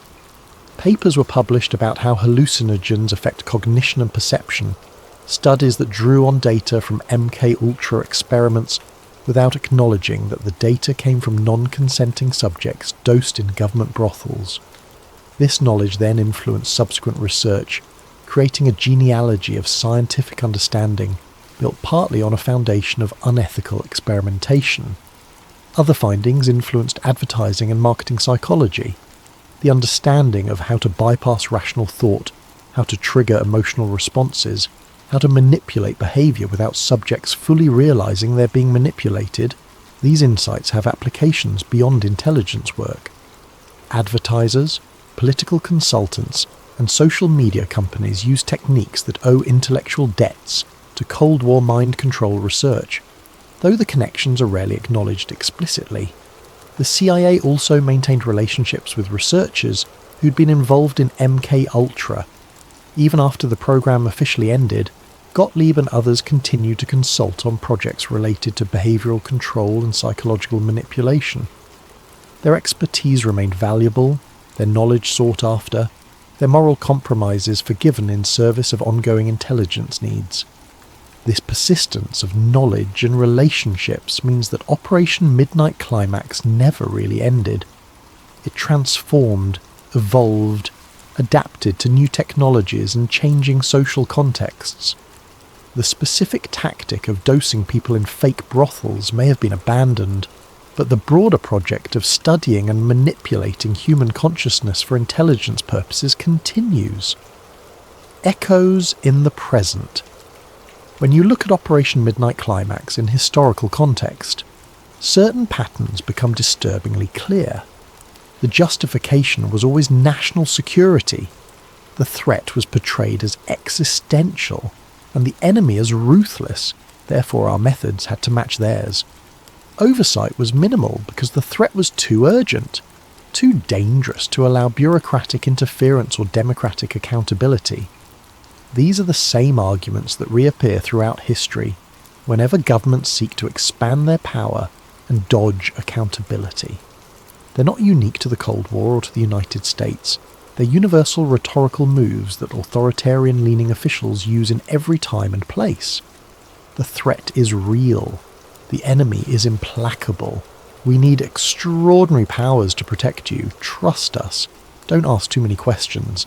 National security prevents us from explaining in detail, but believe us when we say this is necessary. From Cold War LSD experiments to Vietnam-era surveillance of domestic activists, from post-9/11 warrantless wiretapping to contemporary mass data collection, the tools change, but the logic remains constant. Trust us. It's for your own good. We can't tell you the details, because that would compromise effectiveness, but we promise we're keeping you safe. Operation Midnight Climax proved that conspiracy theories aren't always theories. Sometimes the paranoid fantasy turns out to be documented fact. Your government really did drug citizens without consent. They really did film people in compromising situations for potential blackmail. They really did cover it up for decades. They really did destroy evidence to avoid accountability. And when it finally came to light, nobody was punished. This revelation reshaped public trust in lasting ways. Before the Church Committee investigations, suggestions that the CIA was conducting mind control experiments on Americans sounded like the ravings of paranoid cranks. After the investigations, after the documents were declassified and the testimony heard, those suggestions were proven correct. The cranks had been right. The paranoia had been justified. This doesn't mean every conspiracy theory is true. Most aren't. But Operation Midnight Climax demonstrated that dismissing uncomfortable accusations just because they sound outrageous is a mistake. Sometimes the truth is outrageous. Sometimes the people in power really are doing things that would be unbelievable if they weren't documented. The real horror isn't the drugging, yes. Dosing people with powerful hallucinogens without their knowledge or consent is horrifying. Yes, the violation of privacy and bodily autonomy is unconscionable. Yes, the lasting trauma inflicted on victims is a moral atrocity. But the deepest horror of Operation Midnight Climax isn't the specific acts. It's what those acts reveal about power, about institutions, about human nature itself. The men who ran this program weren't cartoon villains. They weren't sadists who enjoyed causing pain for its own sake, though some, like White, apparently did take a certain pleasure in their work. They were government employees, professionals with mortgages and families, people who presumably thought of themselves as patriots serving their country in dangerous times, and they convinced themselves that drugging strangers and filming them in brothels was not only acceptable but necessary. They constructed elaborate justifications, told themselves stories about defending freedom and protecting American security, and managed to sleep at night despite the harm they were causing. That's the real horror. How easily ordinary people can justify extraordinary evil when it's wrapped in the flag and stamped with a classification level. How moral boundaries that seem absolute can dissolve under pressure from authority and peer consensus. How people can compartmentalize, separating the harm they cause from the righteous narrative they tell themselves. White didn't see himself as a monster. In his mind, he was a warrior doing difficult work that soft civilians couldn't understand. He was on the front lines of an existential struggle, where conventional morality was a luxury America couldn't afford. His diary entries suggest not guilt but pride, not remorse but satisfaction, at having found a role where he could operate without constraints. Gottlieb thought he was advancing science and protecting national security. He apparently saw no contradiction between his peaceful persona, the goat farmer, the folk dancer, the environmentalist, and his professional role directing human experiments that violated every principle of medical ethics. These two aspects of his life existed in separate mental compartments, neither contaminating the other. The agents watching through two-way mirrors told themselves they were gathering intelligence that could save American lives.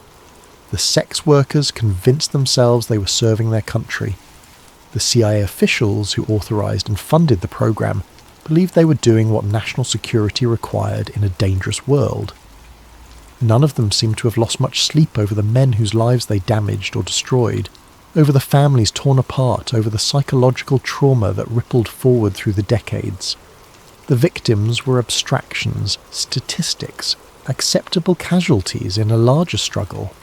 This capacity for moral compartmentalization, for separating the harm you cause from the righteous narrative you tell yourself, is perhaps the most persistent danger in human affairs. It's how atrocities happen. It's how democracies slide into authoritarianism. It's how good people end up doing terrible things while maintaining their self-image as heroes rather than villains. Operation Midnight Climax is a case study in this process. It shows how institutional culture can normalise the abnormal, how secrecy can insulate people from accountability, how the language of national security can be used to justify almost anything. These aren't problems unique to the CIA or the 1950s. They're structural issues that persist wherever power operates without transparency and accountability. Understanding this is crucial because it means that preventing future atrocities requires more than just punishing individuals who participate in current ones. It requires changing the institutional conditions that make such participation possible and even rewarded. It requires building systems where doing the right thing is easier than doing the wrong thing, where transparency is default rather than exception, where accountability is real rather than theatrical. Lessons unlearned.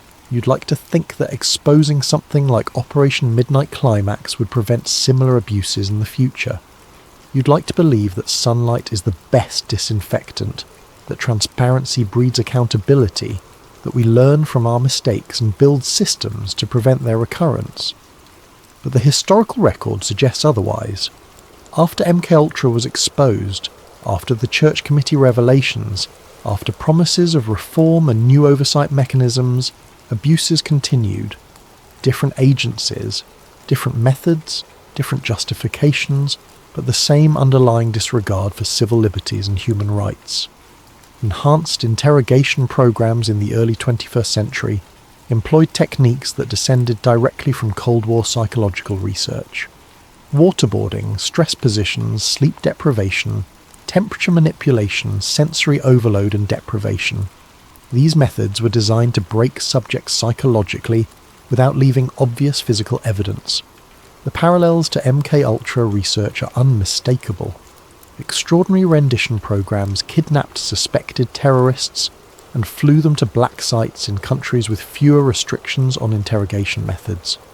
These facilities existed in the same legal grey zones that the safe houses of Operation Midnight Climax had occupied, places where normal rules supposedly didn't apply because the threat was too great and the circumstances too exceptional. Mass surveillance programs revealed by whistleblowers showed that intelligence agencies were collecting vast amounts of data on American citizens without warrants or meaningful oversight. The justification was always the same: national security, terrorist threats, keeping Americans safe. The programs operated in secret for years, only coming to light through unauthorized disclosures rather than official channels. The pattern persists because the underlying conditions haven't changed. We still have intelligence agencies that operate primarily in secret. We still have classification systems that keep most of their activities hidden from public view. We still have oversight mechanisms that are weak, compromised, or ineffective. We still have a political culture that treats national security as a conversation-ending trump card, rather than a claim that requires rigorous justification. Operation Midnight Climax wasn't an aberration. It was a symptom of deeper structural problems that remain largely unaddressed. Until we confront those problems directly, until we build institutional safeguards that actually prevent abuses rather than just investigating them decades after the fact, we'll keep seeing variations on the same theme. The human cost. It's easy, when discussing Operation Midnight Climax, to get lost in the policy debates and historical analysis, to treat it as an interesting case study in government overreach. But behind all of that are real people whose lives were damaged or destroyed, and their stories deserve to be remembered not as abstractions, but as human tragedies. Think about the man who entered a safe house in his 20s, excited and nervous, who spent the next 8 hours convinced he was dying or going insane, who left that apartment fundamentally changed. He struggled with flashbacks and anxiety for years afterward. Normal situations could trigger overwhelming panic. A mirror in a hotel room, jazz music in a restaurant, the smell of whiskey. His relationship suffered because he could never fully explain. What was wrong? Why he'd become so jumpy and paranoid? Eventually his marriage collapsed. His career stalled because employers found his behaviour erratic and unreliable. He spent decades trying to put his life back together, never fully succeeding, never understanding why a single night had demolished his psychological foundation so completely.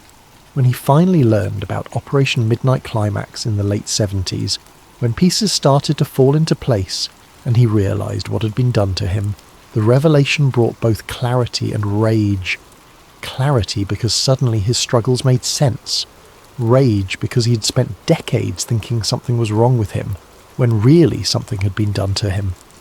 But by the time he learned the truth, the people responsible were beyond reach, the evidence was destroyed, and there was no practical recourse. Think about the woman who worked as an asset in the safe houses, bringing men back to the apartments, dosing their drinks, playing her role in the operation. She was told she was serving her country, doing important work. She needed the money. Her criminal record made regular employment nearly impossible. She convinced herself that the men being dosed were volunteers, that everyone involved understood what was happening. When she learned the truth years later, that the men had been unwitting victims, that no consent had been obtained, she was devastated. She'd participated in something monstrous while believing it was righteous. The guilt became crushing. She tried to find the men she'd lured to the apartments, to apologise, to explain, but she didn't know their names. They'd been anonymous to her, just faces that passed through, subjects in an experiment she didn't fully understand. She carried that guilt for the rest of her life, a burden made heavier by the knowledge that she too had been manipulated, used as a tool by people who'd lied to her about what was really happening. Think about the families of men who'd been dosed and never recovered. Wives who watched their husbands transform into strangers, becoming paranoid and erratic for no reason they could understand. Children who grew up wondering why their father was different, why he had episodes where he seemed terrified of nothing, why he couldn't hold down a job or maintain relationships. These families were victims too, collateral damage in an experiment they didn't know existed. Some of these families spent years and small fortunes on medical treatment and therapy, trying to help their loved ones recover from trauma whose source they couldn't identify. They watched as antipsychotics and other medications provided partial relief, but never fully restored the person they'd known. They struggled with their own questions. Was this our fault? Could we have done something different? Why is this happening to us? When the truth came out, these families had their own reckoning. The person they loved hadn't been broken by some mysterious flaw or unexplained mental illness. He'd been deliberately drugged by his own government. The trauma was inflicted, not random. But this knowledge came too late to help in most cases, and there was no one to hold accountable. These aren't abstractions. They're human beings who got caught in the machinery of a program that treated them as expendable. Their stories deserve to be remembered, not as cautionary tales or political ammunition, but as reminders of what's at stake when we allow power to operate without meaningful constraints. Where are the tapes? This question haunts researchers and survivors alike. Hundreds, if not thousands of hours of footage and audio recordings were made in those safe houses. Hidden cameras captured everything. Reel-to-reel machines preserved every word. The surveillance was comprehensive, designed to document every detail of how subjects responded to the drugs. The CIA claims all of it was destroyed in the purge of 1973. Boxes of film stock incinerated, magnetic tape erased, and then physically destroyed. The claim is that nothing survived, that the complete record of what happened in those apartments went up in smoke or was reduced to confetti by industrial shredders. But people who've studied intelligence agencies for decades are deeply skeptical of this claim. The historical pattern, evident across multiple agencies and countries, is that truly sensitive material doesn't get destroyed. Information that could be used as leverage, recordings that might need to be accessed later, evidence that provides insurance against betrayal, this kind of material gets hidden, secured, kept available even when official policy calls for destruction. Think about the operational logic. If you're holding footage of prominent people in deeply compromising situations, recorded without their knowledge, potentially showing them under the influence of hallucinogenic drugs engaging in behaviour they'd never want made public, you're holding enormous leverage. Why would you destroy that? It's insurance. It's a weapon. It's power in its most concrete form. There are whispers, impossible to verify through official channels, that the tapes didn't all end up in incinerators. Some allegedly found their way into private hands, parcelled out to powerful people as mutual insurance, or traded for favours in the complex economy of secrets that characterises high-level intelligence work. The logic is grimly practical.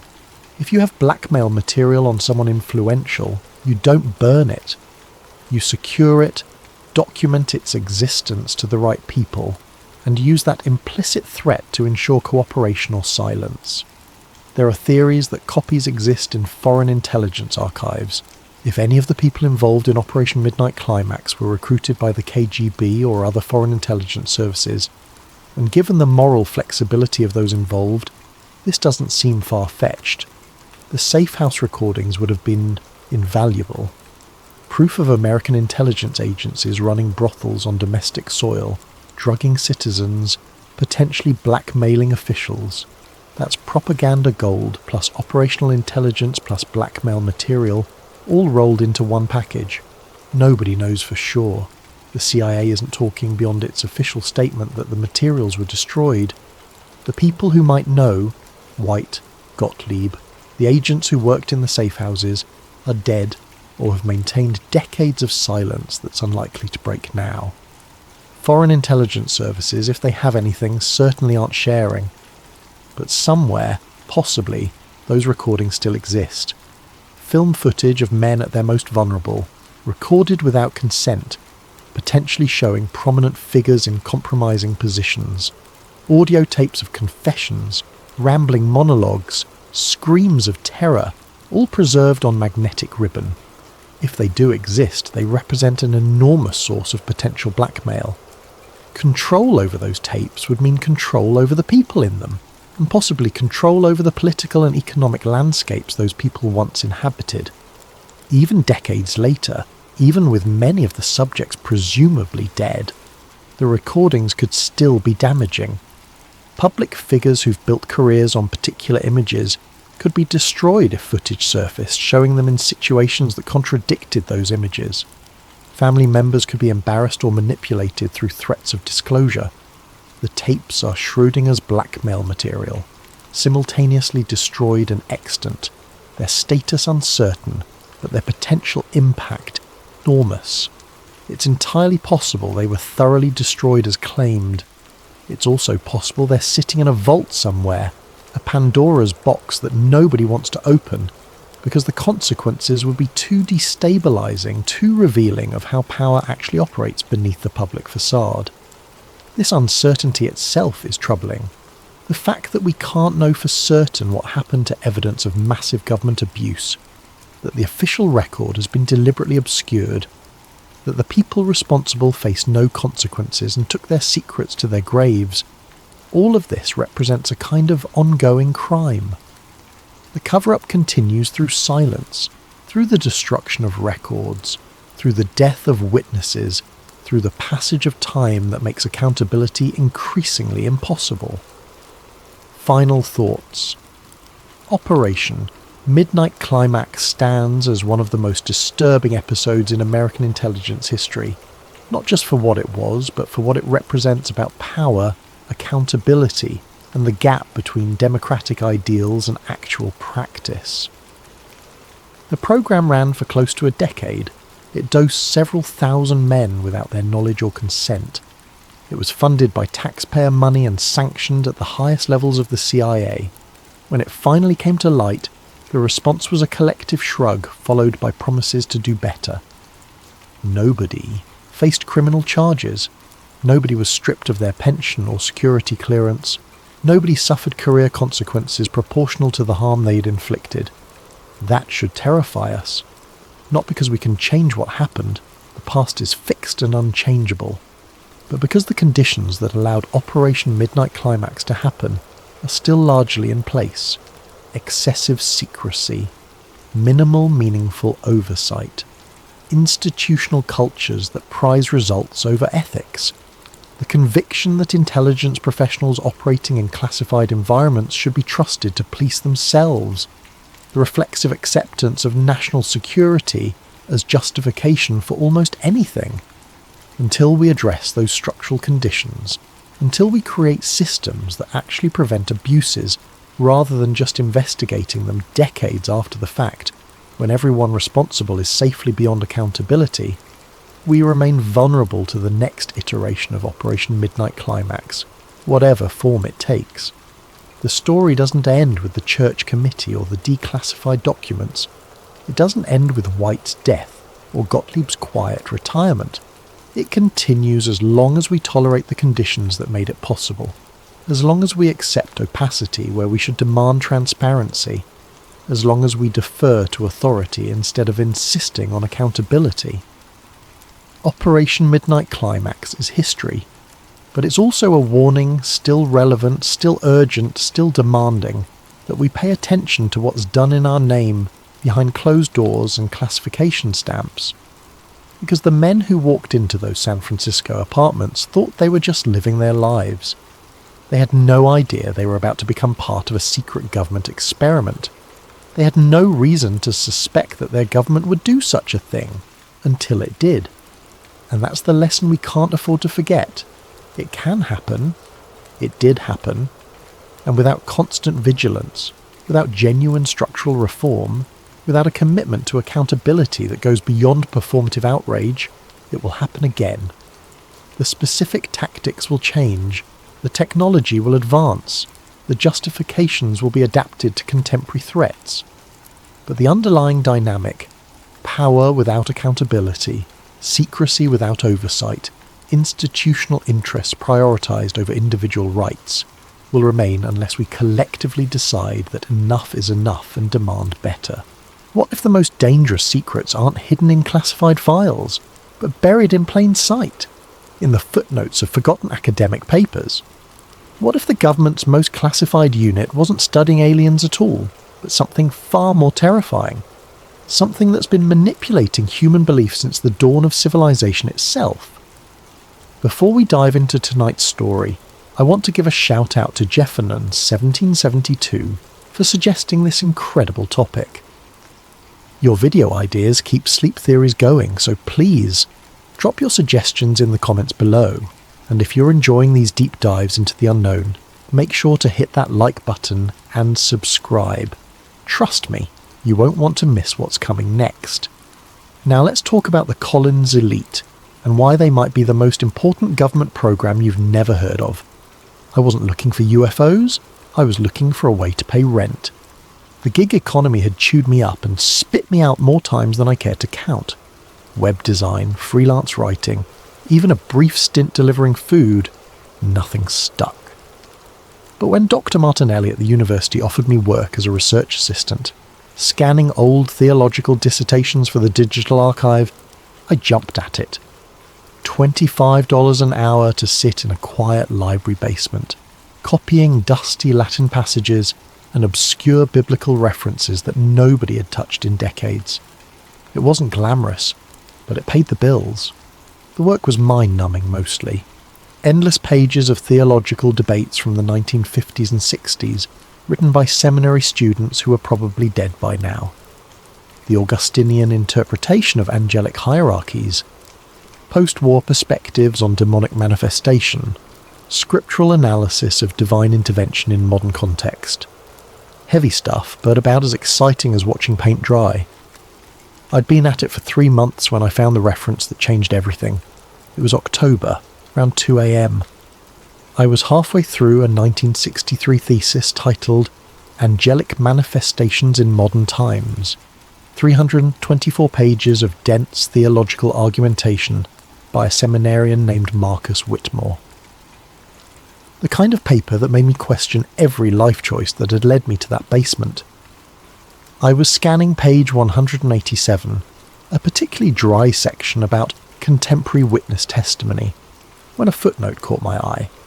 It wasn't the content that stopped me, it was the context. The main text was discussing reports of luminous beings witnessed by various clergy members throughout the 1950s. Standard religious stuff, the kind of mystical experiences that show up in seminary papers all the time. But the footnote read, "For governmental perspective on similar phenomena, see Collins Elite Memorandum 1957, classification status unknown." I stared at that line for a full minute. It was cited like a real source, with the matter-of-fact tone of academic reference. No explanation, no context, just there. The problem was, this wasn't a section about government or politics. It was about angels. And the thesis was written by a seminary student, not a political science major. So why was he referencing what sounded like a classified government document in the middle of a paper about divine manifestations? I made a note and kept scanning, but the reference nagged at me. Collins Elite. It sounded official, maybe military. But why would a religious scholar in 1963 have access to classified material? And why would he cite it so casually, as if his readers would know what he was talking about? The next day, I couldn't concentrate on my assigned documents. Instead, I found myself searching the university's digital catalogue for any mention of Collins Elite. Nothing came up in the main database, but I had access to some of the restricted theological archives through Dr. Martinelli's login credentials. That's where I found the second reference. It was in a 1959 lecture transcript from a Catholic seminary in Maryland. The speaker was Father Benedict Toretti, discussing unusual spiritual encounters in the post-war era. Most of the lecture was standard theological fare, but near the end, during what appeared to be an informal Q&A session, someone asked about government interest in religious phenomena. Father Toretti's response was brief but loaded. There are those in Washington who understand that not all mysteries can be solved with science. The Collins Elite represents a different approach to certain questions, but we must be careful not to mistake understanding for wisdom or documentation for truth. The transcript noted uncomfortable silence after this comment, and the lecture ended shortly thereafter. 2 references, 2 religious contexts, both suggesting that Collins Elite was some kind of government program dealing with spiritual or supernatural phenomena. But why were religious scholars the only ones talking about it? And why did they all seem nervous about it? I spent the rest of the week diving deeper into the theological archives. The pattern that emerged was both fascinating and disturbing. Collins Elite didn't show up in UFO journals or conspiracy magazines. It didn't appear in scientific papers or military histories. Instead, it haunted the footnotes of religious documents like a ghost that only clergy could see.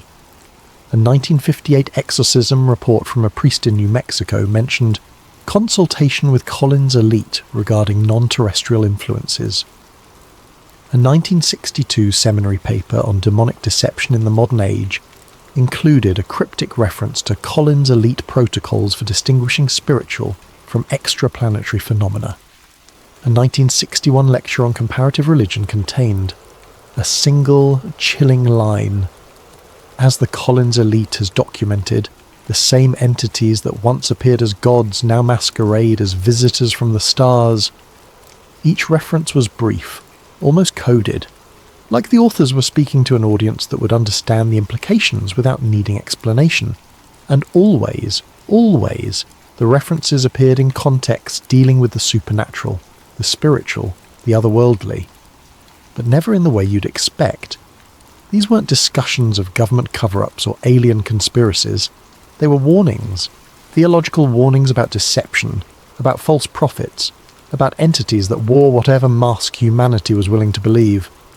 I was starting to get a picture of something much stranger than a typical black project. Collins' elite wasn't studying UFOs the way the Air Force was. They were studying them the way the Catholic Church studied demons. The breakthrough came from an unexpected source, a misfiled document.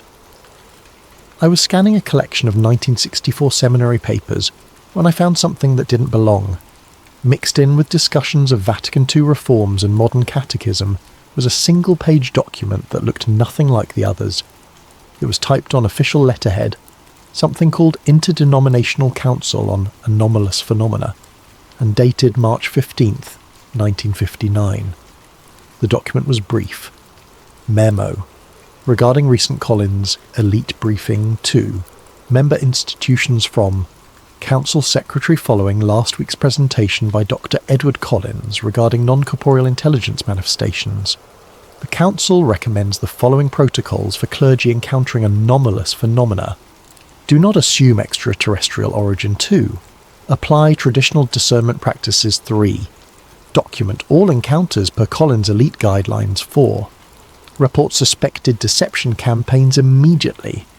Remember, the same entities that demanded worship as Baal and Moloch now request our trust as benevolent space brothers. The mask changes, the deception remains constant. Father Michael Torino, Council Secretary. My hands were shaking as I read it. This wasn't just a reference to Collins Elite. This was evidence of direct collaboration between the program and religious institutions. They were briefing clergy on how to handle UFO encounters, but from a theological perspective. And that last paragraph, it was suggesting that UFO entities weren't aliens at all. They were something much older and more dangerous, masquerading as extraterrestrials just as they had once masqueraded as ancient gods. I photographed the document with my phone and started digging into this interdenominational council. What I found made my blood run cold. The Interdenominational Council on Anomalous Phenomena existed from 1957 to 1969, according to what little I could find. Its membership included representatives from major Christian denominations, Jewish religious authorities, and even some Islamic scholars. The council was supposedly formed to coordinate religious response to unusual phenomena in the post-war era. That was the official line anyway. The reality appeared to be much more specific.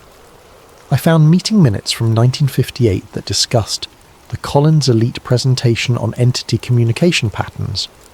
A 1960 report mentioned successful implementation of Collins Elite discernment protocols in 17 states. A 1962 memorandum warned of increased entity activity coinciding with popular UFO narratives. The council wasn't just studying religious phenomena in general. They were specifically focused on what they called entity encounters, and they were working directly with Collins Elite to develop responses.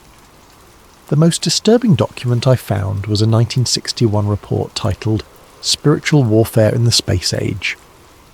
It outlined what the Council believed to be a deliberate deception campaign by non-human entities. Historical analysis suggests consistent behavioural patterns across millennia. Entities appearing as divine beings in ancient times demanded worship, sacrifice, and absolute obedience. Modern manifestations as space visitors request trust, cooperation, and technological exchange. The underlying objective, human subjugation, remains unchanged. The report went on to detail specific cases where UFO contactees had reported entities claiming to be from various star systems, but whose messages contained elements identical to ancient religious texts describing demonic deception. According to the council's analysis, the entities were running the same con they'd always run. They just updated their costumes for each era. As I dug deeper into the council's documents, I started to notice something unsettling. My research wasn't going unnoticed. It started small. Dr. Martinelli mentioned that someone had been asking about my work. Just routine monitoring, he said, but he looked uncomfortable about it. Then I noticed that some of the documents I'd photographed were being moved to different sections of the archive. Files that had been easily accessible suddenly required special permission to view. The final warning came on a Tuesday night in November. I was alone in the archive basement scanning a particularly interesting 1963 document about Collins Elite Field Operations, when my computer screen flickered. The document disappeared, replaced by a simple text message. "Stop looking, they're not what you think." I stared at the screen, heart pounding. Someone was monitoring my research in real time. Someone with access to the university's network, and probably a lot more than that. I should have stopped then. Any reasonable person would have backed off, found a different job, maybe moved to a different city. But I wasn't reasonable anymore. I was obsessed, and besides, whoever was watching had just confirmed that I was onto something real. I replied by typing into the same text box that had appeared on my screen. "Then what are they?" The response came immediately. "They've worn every mask we've ever worshipped." The screen flickered again, and the message disappeared. But the implication was crystal clear. Collins Elite wasn't just studying UFO entities. They'd concluded that these entities were the same beings that had manipulated human religious belief throughout history. Ancient gods, modern aliens, same entities, different costumes. After the warning, access to documents became nearly impossible. Files went missing. Archives were suddenly under renovation. Dr. Martinelli stopped returning my emails. It was clear that my research had triggered some kind of response from whoever wanted Collins Elite to remain buried. But I'd already seen enough to piece together the broad outline of their doctrine. Collins Elite appeared to be a small classified unit within the US government that approached the UFO phenomenon from a religious rather than scientific perspective. Based on the scattered evidence I'd found, their core beliefs seemed to be UFO entities were not extraterrestrial visitors. They were the same non-corporeal beings that had interacted with humans throughout history. These entities had consistently masqueraded as whatever humans were most likely to worship or trust. Their ultimate goal was the spiritual subjugation of humanity. The modern UFO phenomenon was simply their latest deception campaign. The unit apparently worked closely with religious leaders to develop protocols for identifying and resisting entity influence. They studied religious texts not for historical interest, but for tactical intelligence about entity behaviour patterns. They viewed exorcists and clergy as frontline personnel in a spiritual war that most people didn't even know was happening. Most disturbing of all, they seemed to believe they were losing. My research into Collins Elite had taken nearly 6 months, and by December I was running out of leads. The documents had dried up, my access was severely restricted, and I was starting to wonder if I'd ever find anything more concrete than footnotes and oblique references. That's when I decided to look at modern UFO phenomena through the Collins Elite lens. What I found was terrifying in its consistency.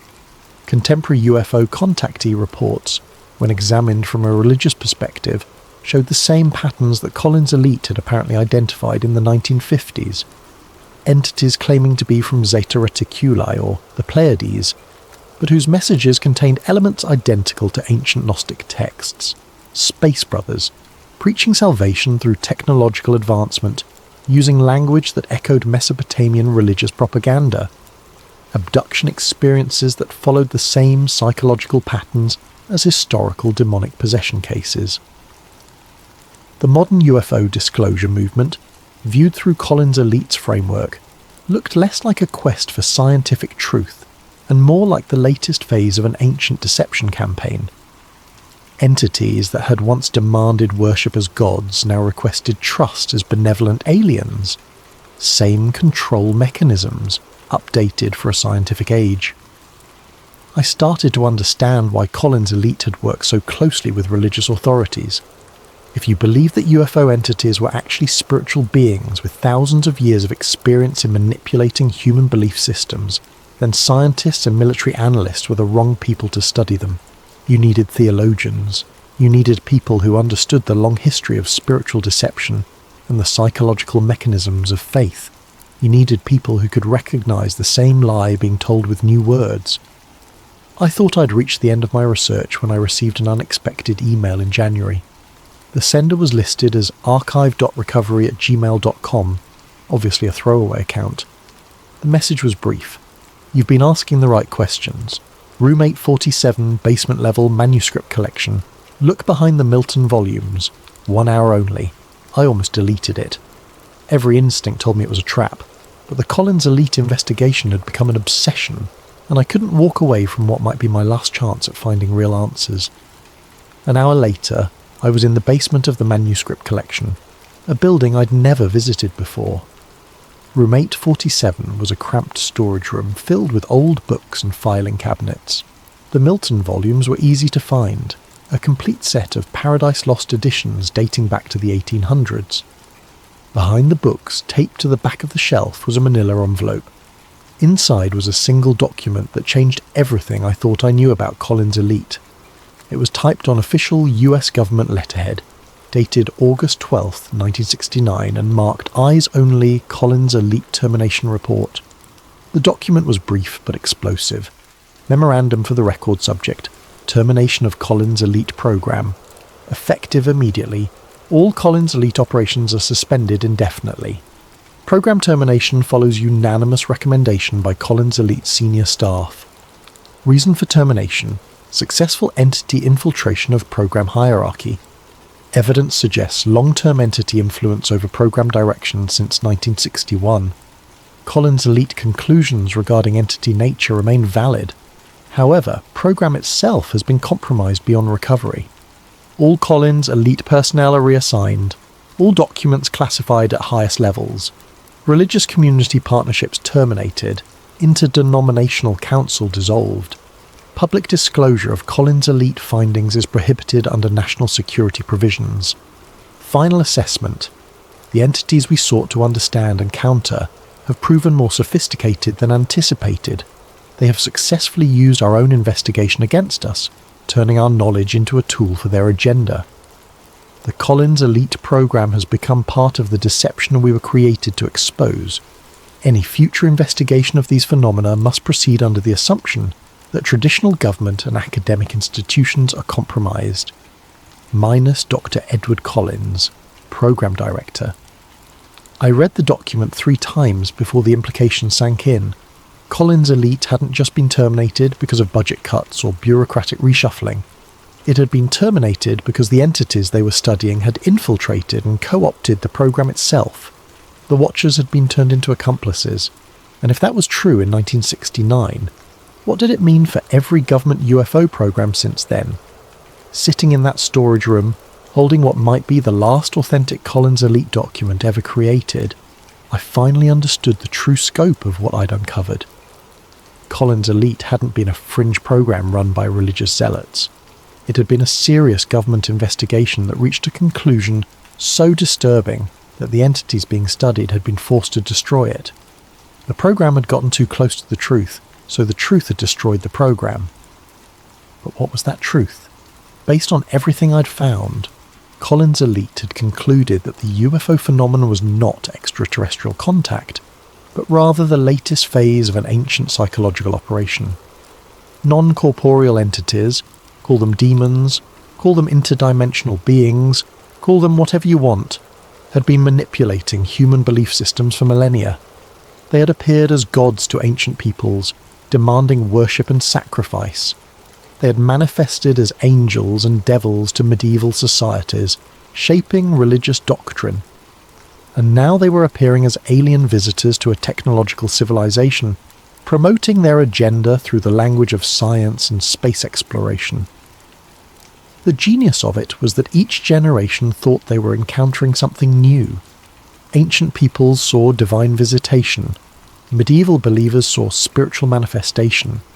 Modern witnesses see extraterrestrial contact, but according to Collins' elite, it was always the same entities, always running the same basic deception, always working toward the same goal, the spiritual and psychological subjugation of humanity. The entities had realised that direct worship was no longer feasible in a scientific age, so they had adapted, presenting themselves as technologically advanced aliens who could offer humanity salvation through scientific advancement. Instead of demanding worship, they requested trust. Instead of requiring sacrifice, they asked for cooperation. But the underlying dynamic remained the same, humans giving up their autonomy to beings who claimed to have their best interests at heart. And if Collins' elite was right, the modern UFO disclosure movement was simply the latest phase of this deception campaign. The termination document explained why I'd never heard of Collins' elite in any mainstream UFO research. It wasn't being covered up by the government to hide alien contact. It was being covered up because the government itself had been compromised by the entities Collins' elite was studying. Think about it. Every major government UFO program since Collins' elite, Project Blue Book, AA-TIP, the UAP Task Force, had approached the phenomenon from a purely technological perspective. They studied craft capabilities, flight patterns, potential propulsion systems. They never asked the questions Collins' elite had been asking. What do these entities actually want? Why do their messages always promote dependence rather than independence? Why do their promises of enlightenment always require surrender of human agency? Those questions weren't being ignored by accident. According to the termination document, they were being actively suppressed by entities who had learned to work within government and academic institutions. The modern UFO research community, the disclosure advocates, the scientists studying anomalous aerial phenomena, they might all be sincere in their efforts, but they were asking the wrong questions. They were looking for extraterrestrial contact when they should have been looking for spiritual deception. And that meant that every major UFO revelation of the past 50 years might actually be part of the deception Collins' elite had tried to expose. I left that storage room with more questions than answers, but one thing was crystal clear. Collins' elite had tried to warn us, and we hadn't listened. Worse, we might not be capable of listening, because the entities they warned us about had apparently learned to control the conversation. Over the following weeks, I tried to verify the termination document through official channels. I filed Freedom of Information Act requests. I contacted government historians. I reached out to former intelligence officials. The responses were universally the same. No record of any program called Collins' Elite existed in official government files. But that didn't mean the program had never existed. It just meant that someone had been very thorough in erasing it. The more I thought about it, the more the Collins' Elite scenario made sense of things that had always bothered me about the UFO phenomenon. Why did entity messages always promote technological dependence rather than spiritual development? Why did alien contact always require humans to abandon their traditional belief systems?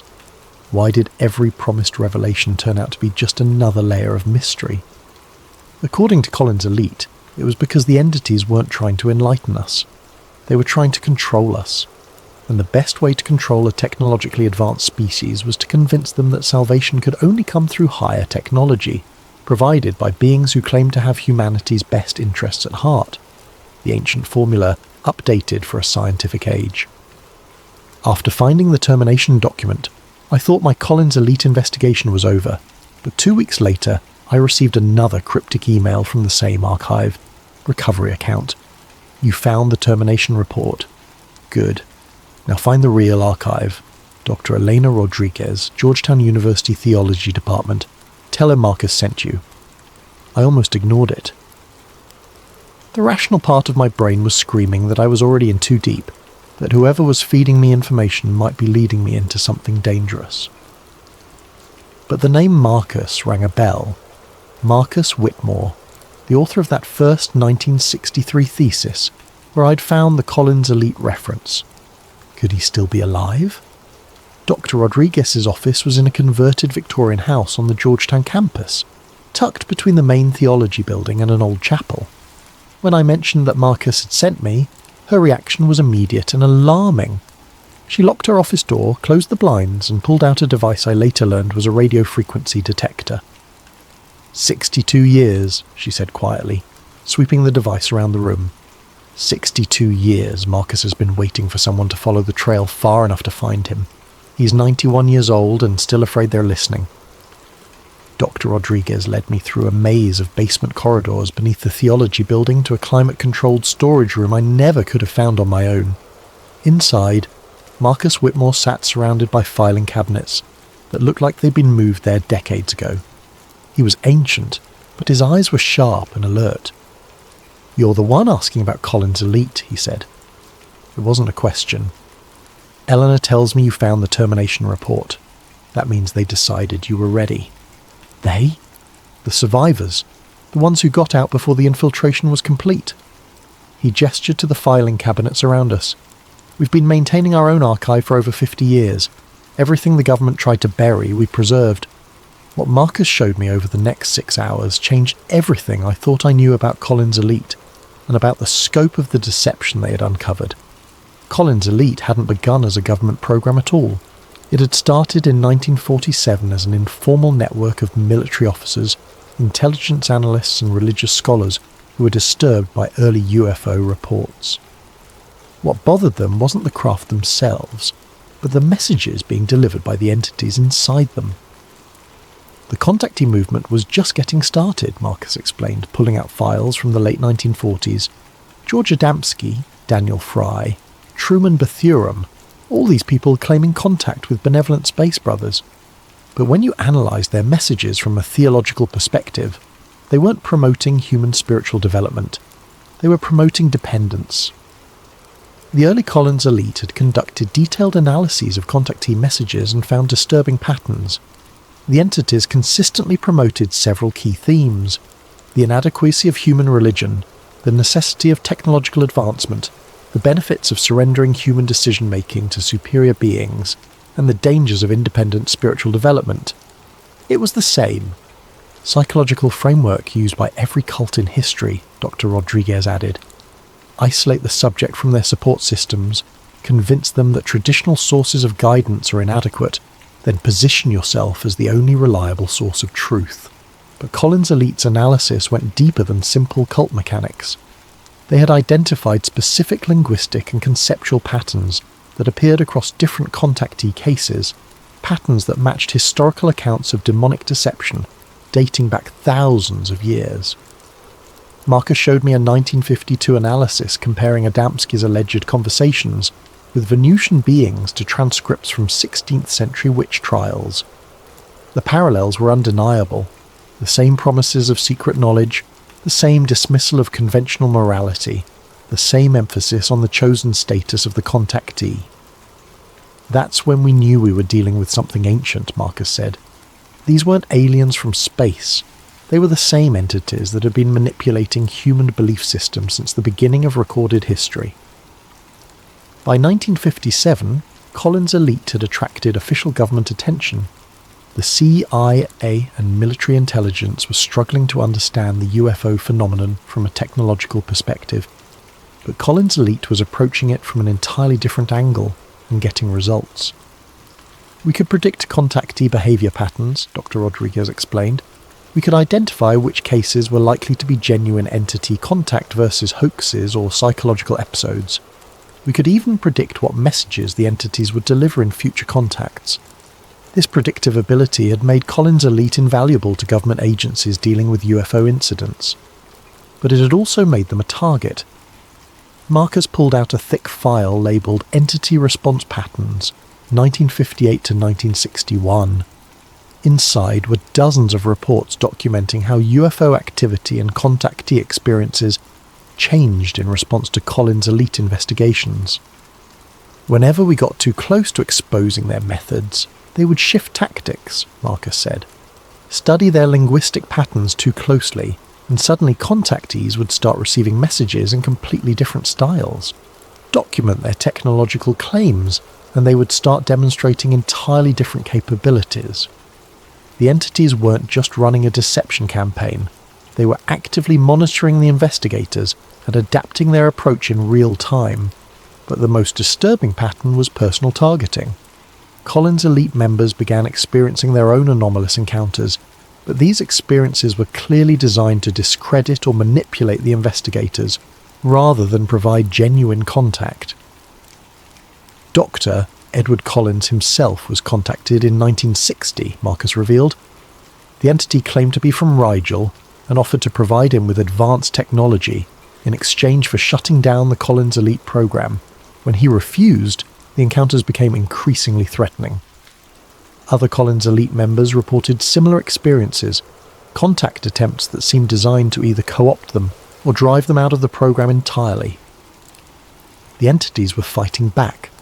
The termination document I'd found told only part of the story. The real disaster began in 1961 when Collins Elite was formally incorporated into the government's UFO investigation apparatus. "That was our mistake," Marcus said bitterly. "We thought official recognition would give us more resources, better access to witness testimony, protection from entity retaliation. Instead, it gave them access to us."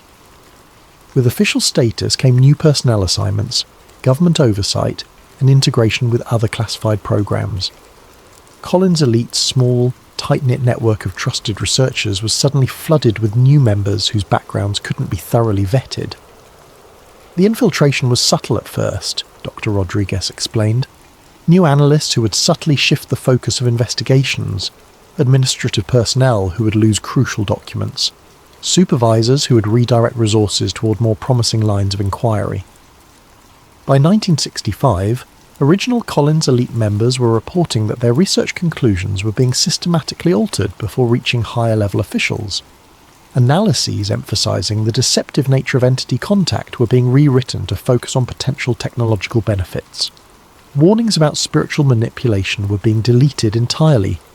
Marcus showed me internal memos from 1966 to 1968, documenting the growing suspicion among original Collins Elite members that their program had been compromised. They began conducting parallel investigations using secure channels, trying to determine whether the infiltration was the result of foreign intelligence operations, bureaucratic incompetence, or something more sinister. By 1968, we had our answer, Marcus said grimly. It was the entities themselves. They had learned to work through human intermediaries, people who might not even be consciously aware that they were being influenced. The evidence was subtle but damning. New Collins Elite personnel consistently made decisions that served entity interests, redirecting investigations away from deception analysis, promoting contactees who delivered pro-entity messages, suppressing research that exposed manipulation tactics. The final proof came when Dr. Collins tried to present his findings to the Defense Intelligence Agency in 1969, Dr. Rodriguez said. His presentation was completely rewritten between the time he submitted it and the time it was delivered. Instead of warning about entity deception, it recommended increased cooperation with UFO intelligences. That was when the original Collins Elite members realized their program had been completely subverted. The Watchers had become the Watched, and the Watched had become the Watchers. Rather than fight a battle they couldn't win within government channels, the original Collins Elite members made a radical decision. They would fake the program's termination while secretly continuing their research through private channels. The termination report you found was genuine, Marcus explained, but it wasn't the end of Collins Elite. It was the beginning of the real investigation. Using their existing contacts within religious institutions, academia and government, the Collins Elite survivors established a covert network for continuing their research.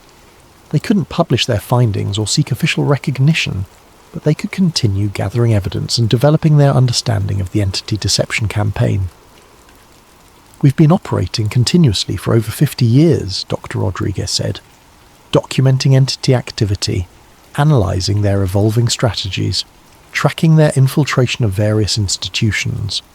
The underground Collins Elite had identified several key developments since 1969. The entities had largely abandoned individual contactee operations in favour of influencing institutions directly. Rather than delivering messages through isolated individuals who could be easily dismissed, they were now working through respected scientists, government officials and religious leaders. They had also shifted their primary narrative from spiritual enlightenment to technological salvation. Instead of promising cosmic consciousness or spiritual advancement, they were now focusing on environmental solutions, clean energy, and space exploration. Most significantly, they had begun preparing for mass disclosure rather than gradual revelation. The underground Collins elite believed this represented the final phase of a deception campaign that had been in development for decades.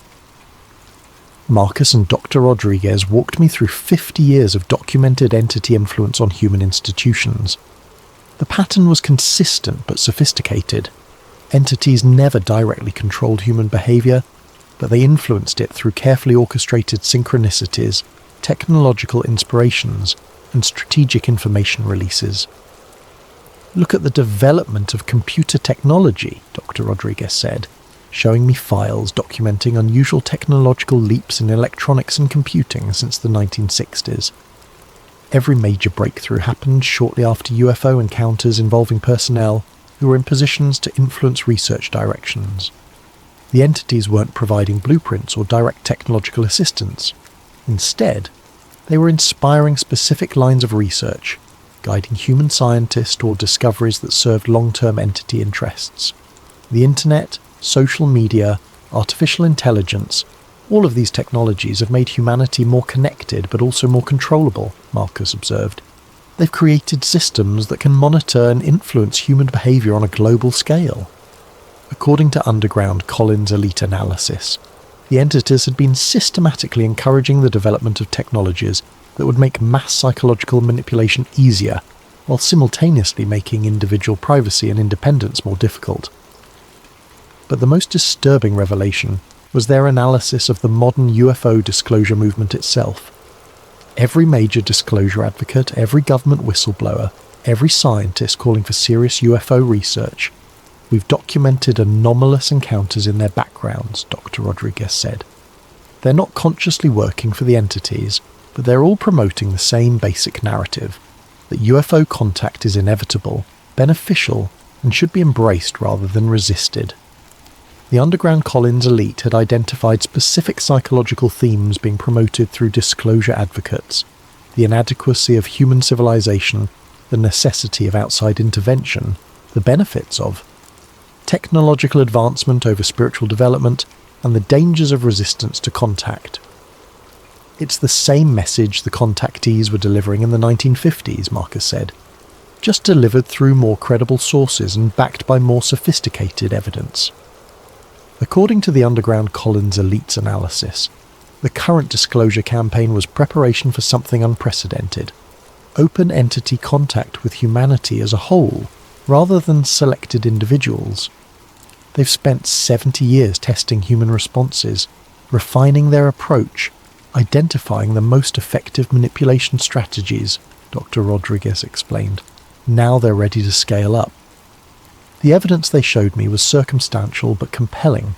Government UFO programs consistently focused on technological aspects while ignoring behavioral and psychological elements.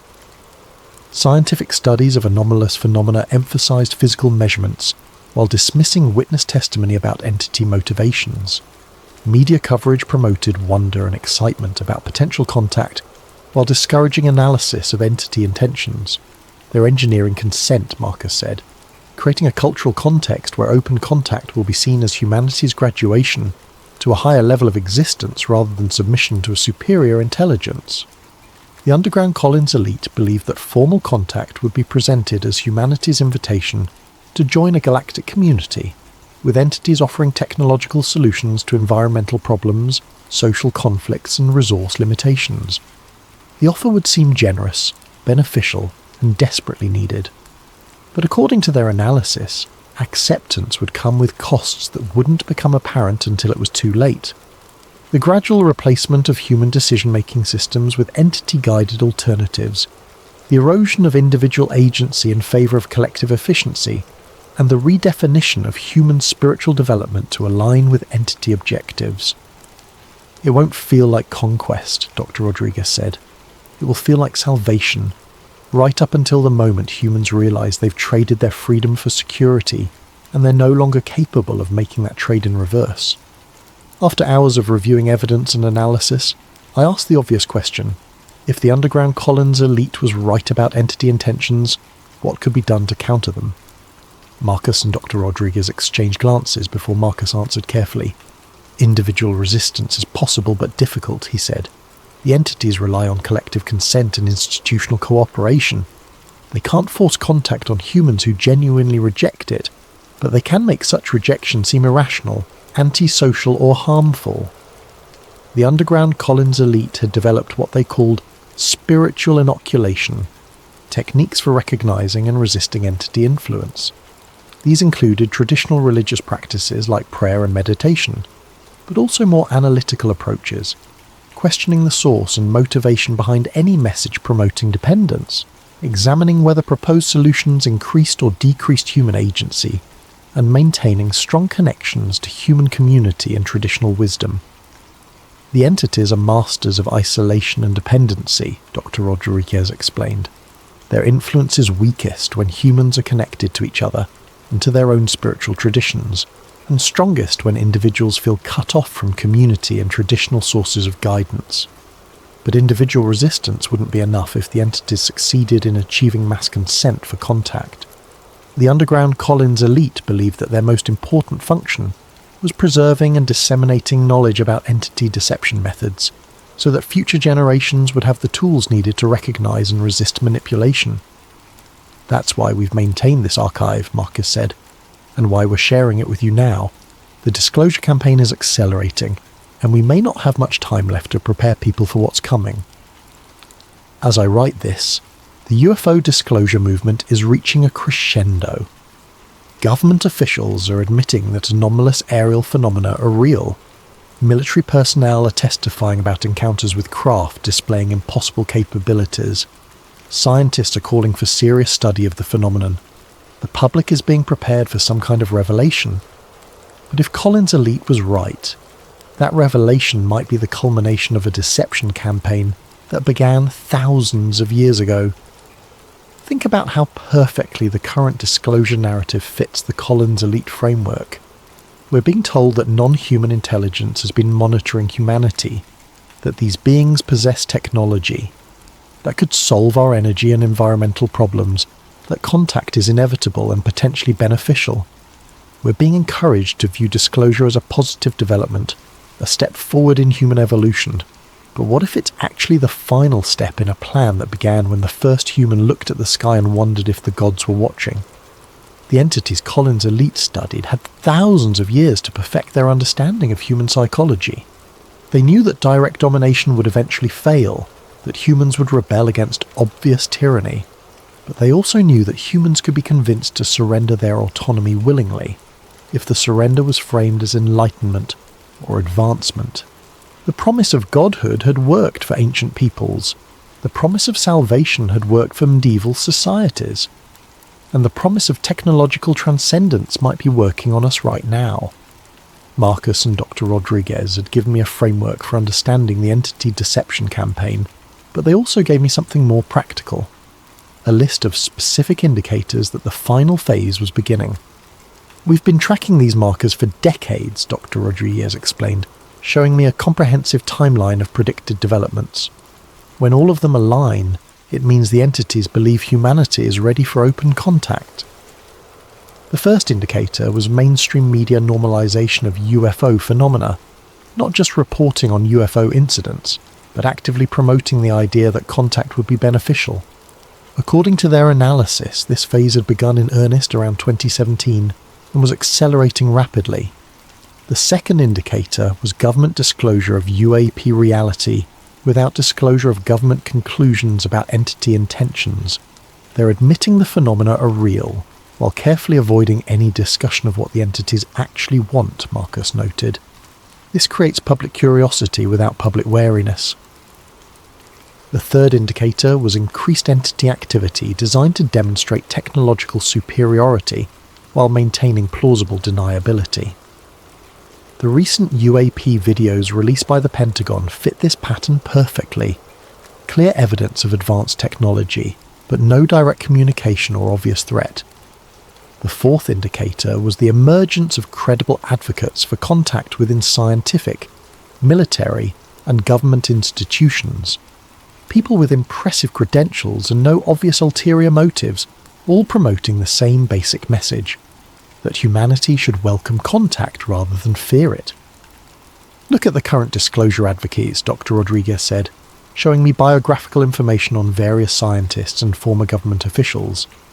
Impressive backgrounds, sincere motivations, reasonable arguments, but they're all promoting the same narrative the entities have been pushing for 70 years. The fifth and most disturbing indicator was the systematic suppression of research into entity psychology and motivations. While technological aspects of UAP were receiving increased attention and funding, questions about entity intentions were being dismissed as unscientific or irrelevant. "That's how you know the entities are controlling the conversation," Marcus said. "Any investigation that might reveal their true agenda gets discredited or defunded, while investigations that support their preferred narrative receive institutional support. According to their tracking system, all 5 indicators were currently active and accelerating. The underground Collins elite believed this meant humanity was within years, possibly months, of formal entity contact. Before I left Georgetown that day, Marcus pulled me aside for a private conversation. "You need to understand what you're walking into," he said quietly. "Everyone who's gotten this deep into Collins elite research has faced the same choice. Drop the investigation or accept that your life is going to change in ways you can't predict or control." He told me about colleagues who had been discredited through carefully orchestrated academic scandals, researchers who had lost funding after questioning entity motivations, investigators who had experienced personal crises that conveniently redirected their attention away from UFO phenomena. "The entities don't usually resort to direct intimidation," Marcus explained. "It's much more effective to make resistance seem personally costly. Failed relationships, career setbacks, health problems, family conflicts, all timed to coincide with getting too close to the truth." He showed me files documenting the life trajectories of dozens of Collins elite researchers over the past 50 years. The pattern was consistent.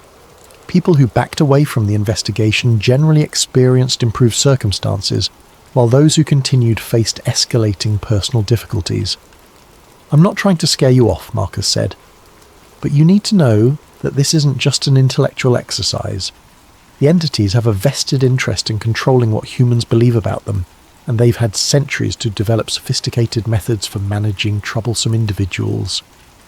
Dr. Rodriguez had faced similar pressures. Her tenure at Georgetown had been threatened twice due to budget constraints that mysteriously resolved themselves when she temporarily reduced her Collins elite research. Her marriage had ended during a period of intensive investigation into entity influence on religious institutions. Her health had suffered during the years she was most actively documenting entity deception patterns. "But here's the thing," she said. "The difficulties are real, but they're not insurmountable. The entities can make resistance costly, but they can't make it impossible. If they could simply eliminate troublesome humans, Collins elite would never have existed in the first place."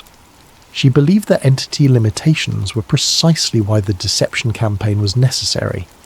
If entities could control human behavior directly, they wouldn't need to spend decades engineering consent for contact. The fact that they relied on manipulation suggested that human free will, while vulnerable to influence, remained fundamentally intact. Over the following months, Marcus and Dr. Rodriguez introduced me to other members of the underground Collins elite network. I was amazed by both the size and diversity of the group. Theologians and physicists, former intelligence analysts and current religious leaders, retired military officers and active researchers. What united them wasn't a shared background or ideology, but a shared conclusion that the UFO phenomenon represented a spiritual threat masquerading as a technological opportunity. Father Michael Torres, a Catholic exorcist based in New Mexico, had been documenting parallels between UFO encounters and demonic possession for 30 years. Dr. Rebecca Walsh, a psychiatrist specializing in religious experiences, had identified specific psychological patterns linking modern abduction accounts to historical accounts of spiritual deception. Colonel James Patterson, retired, former Air Force intelligence, had spent decades analysing UFO incident reports and concluded that entity behaviour was consistent with psychological warfare rather than scientific exploration. Each member of the network brought specialised knowledge and perspective, but all had reached similar conclusions about entity motivations and methods. More importantly, all had experienced some form of pressure or retaliation for their research, confirming the underground Collins elite's assessment that entity influence extended far beyond individual contactee cases. "We're not conspiracy theorists," Dr. Walsh explained during one of our meetings. "We're researchers who followed the evidence to an uncomfortable conclusion. The UFO phenomenon is real, the entities are real, but their intentions aren't what they claim to be." The network had developed sophisticated methods for secure communication and information sharing, operating on the assumption that their activities were being monitored by both government agencies and entity-influenced individuals within those agencies. "We have to assume that any information we share through normal channels will be compromised," Colonel Patterson explained. "But we also can't become so paranoid that we stop sharing information entirely. The entities benefit from our isolation more than our communication." As my involvement with the underground Collins elite deepened, I learned that the network extended far beyond the United States. Religious leaders in Europe, researchers in Asia, indigenous spiritual authorities in South America all were reporting similar observations about entity activity and deception patterns. Dr. Rodriguez arranged for me to speak with several international contacts via encrypted communication channels. Their perspectives added crucial context to the Collins elite analysis. Brother Antonio Mendez, a Spanish monk who specialised in mystical theology, had been tracking entity influences on contemporary religious movements. His research suggested that entities were actively promoting syncretistic spiritual practices that emphasised cosmic consciousness over traditional religious authority. "They're not attacking religion directly," he explained through a translator. "They're subtly altering it, encouraging beliefs and practices that make humans more receptive to entity guidance and less connected to traditional sources of spiritual wisdom." Dr. Yuki Tanaka, a Japanese researcher studying anomalous phenomena in Buddhist contexts, had identified similar patterns in Asian spiritual communities. Entity influences seem designed to promote meditation practices that open practitioners to external guidance, while discouraging those that strengthened individual discernment and spiritual independence. Maria Santos, a shaman from Peru, described entity encounters that closely paralleled North American UFO contact reports, but framed in terms of traditional indigenous spirituality. The entities consistently promoted abandonment of ancestral traditions in favour of updated spiritual practices more suitable for the modern world. "Same spirits, different masks," she said simply. "They tell each culture what that culture wants to hear, but always with the same goal: make humans depend on them instead of their own traditions and wisdom." The global perspective confirmed the underground Collins elite's assessment that entity activity was coordinated across cultures and belief systems, but adapted to local contexts and expectations. The deception campaign wasn't centred in any particular country or religion. It was targeting human spiritual independence as a universal phenomenon. Based on decades of analysis and current trends, the underground Collins elite had developed a timeline for what they believed would be the final phase of the entity deception campaign. Phase 1, 2020 to 2025, mainstream normalisation of UFO phenomena through government disclosure and media coverage. Emphasis on technological aspects while avoiding discussion of entity psychology or motivations. Gradual preparation of public consciousness for the possibility of contact. Phase 2, 2025 to 2030. Increased entity demonstrations designed to showcase technological capabilities and benevolent intentions, possibly including solutions to environmental or energy crises that humanity appears unable to solve independently. Growing public pressure for government contact initiatives. Phase 3, 2030 to 2035, formal contact between entity representatives and human governments. Presentation of comprehensive assistance packages addressing climate change, resource depletion, social conflicts and technological limitations. Initial agreements for limited cooperation and information exchange. Phase 4, 2035 to 2040, gradual integration of entity guidance into human decision-making systems, replacement of traditional political, economic and social structures with entity-recommended alternatives, growing human dependence on entity technology and advice. Phase 5, 2040 plus, complete transformation of human civilization according to entity specifications, elimination of independent human spiritual development in favour of entity-directed consciousness evolution, humanity's transition from independent species to managed resource. The genius of the timeline is that each phase will seem like humanity's choice, Dr. Rodriguez explained. People will vote for leaders who support contact. They'll demand access to entity technology. They'll embrace changes that make their lives easier and more comfortable. Marcus nodded grimly. By the time humans realise they've traded their freedom for security, the infrastructure for independence will have been dismantled. They'll be completely dependent on systems they don't understand, controlled by entities they trusted. The timeline wasn't inevitable, according to Underground Collins' elite analysis, but it was highly probable unless humanity developed widespread awareness of entity deception methods and conscious resistance to manipulation. That's why we're talking to you, Marcus said, and why we've been talking to researchers like you for 50 years. Information is the only weapon we have against this kind of psychological operation. After months of research and analysis, I found myself facing the same choice that every Collins elite researcher had faced since 1947.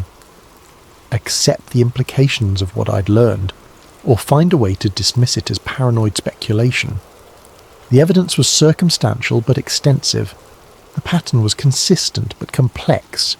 The implications were staggering but difficult to prove conclusively, and the personal costs of continued investigation were becoming increasingly apparent. My freelance work had dried up mysteriously. Dr. Martinelli had stopped returning my calls after someone complained about my misuse of university resources. My relationship was suffering under the strain of long hours spent on research I couldn't fully explain. My sleep was disrupted by dreams that felt more like memories of conversations I'd never had. But I also couldn't ignore what I'd learned. If Collins' elite was even partially correct, then humanity was walking into the most sophisticated trap in recorded history. And if that trap succeeded, future generations would live in a world where human independence was not just restricted, but literally unthinkable. The choice, ultimately, was between personal comfort and collective responsibility, between individual security and species survival, between the easy path of accepting official narratives and the difficult path of questioning everything I thought I knew about humanity's place in the universe. I chose to continue the investigation. It's been 6 months since my first meeting with Marcus and Dr. Rodriguez, and I'm no longer the same person who stumbled across that footnote in a theological dissertation. The evidence I've gathered has convinced me that Collins' elite was not only real, but correct in their fundamental assessment of the UFO phenomenon. We are not being visited by benevolent space brothers seeking to help humanity evolve to a higher level of consciousness. We are being manipulated by entities that have been perfecting deception techniques for millennia, entities that view humanity as a resource to be managed rather than a species to be assisted. The current UFO disclosure movement, whatever the sincere intentions of its individual advocates, is serving entity interests by preparing humanity to welcome contact rather than question it. The technological solutions being offered through various contact scenarios are not gifts, but baits in an elaborate trap that will close once humanity becomes dependent on entity guidance. And the most terrifying aspect is that it's working exactly as planned. Public opinion is shifting in favour of contact. Government agencies are admitting UFO reality while avoiding UFO psychology. Scientific institutions are studying technological aspects while ignoring behavioural patterns. Religious leaders are embracing cosmic spirituality while abandoning traditional discernment practices. We are being prepared for our own subjugation, and we are enthusiastically participating in the preparation process. But knowledge of a deception campaign, even a sophisticated one, provides power to resist it. The entities Collins' elite studied were powerful and cunning, but they were not omnipotent. Their influence depended on human ignorance, isolation, and consent. When humans understood their methods and refused to cooperate, entity influence diminished significantly.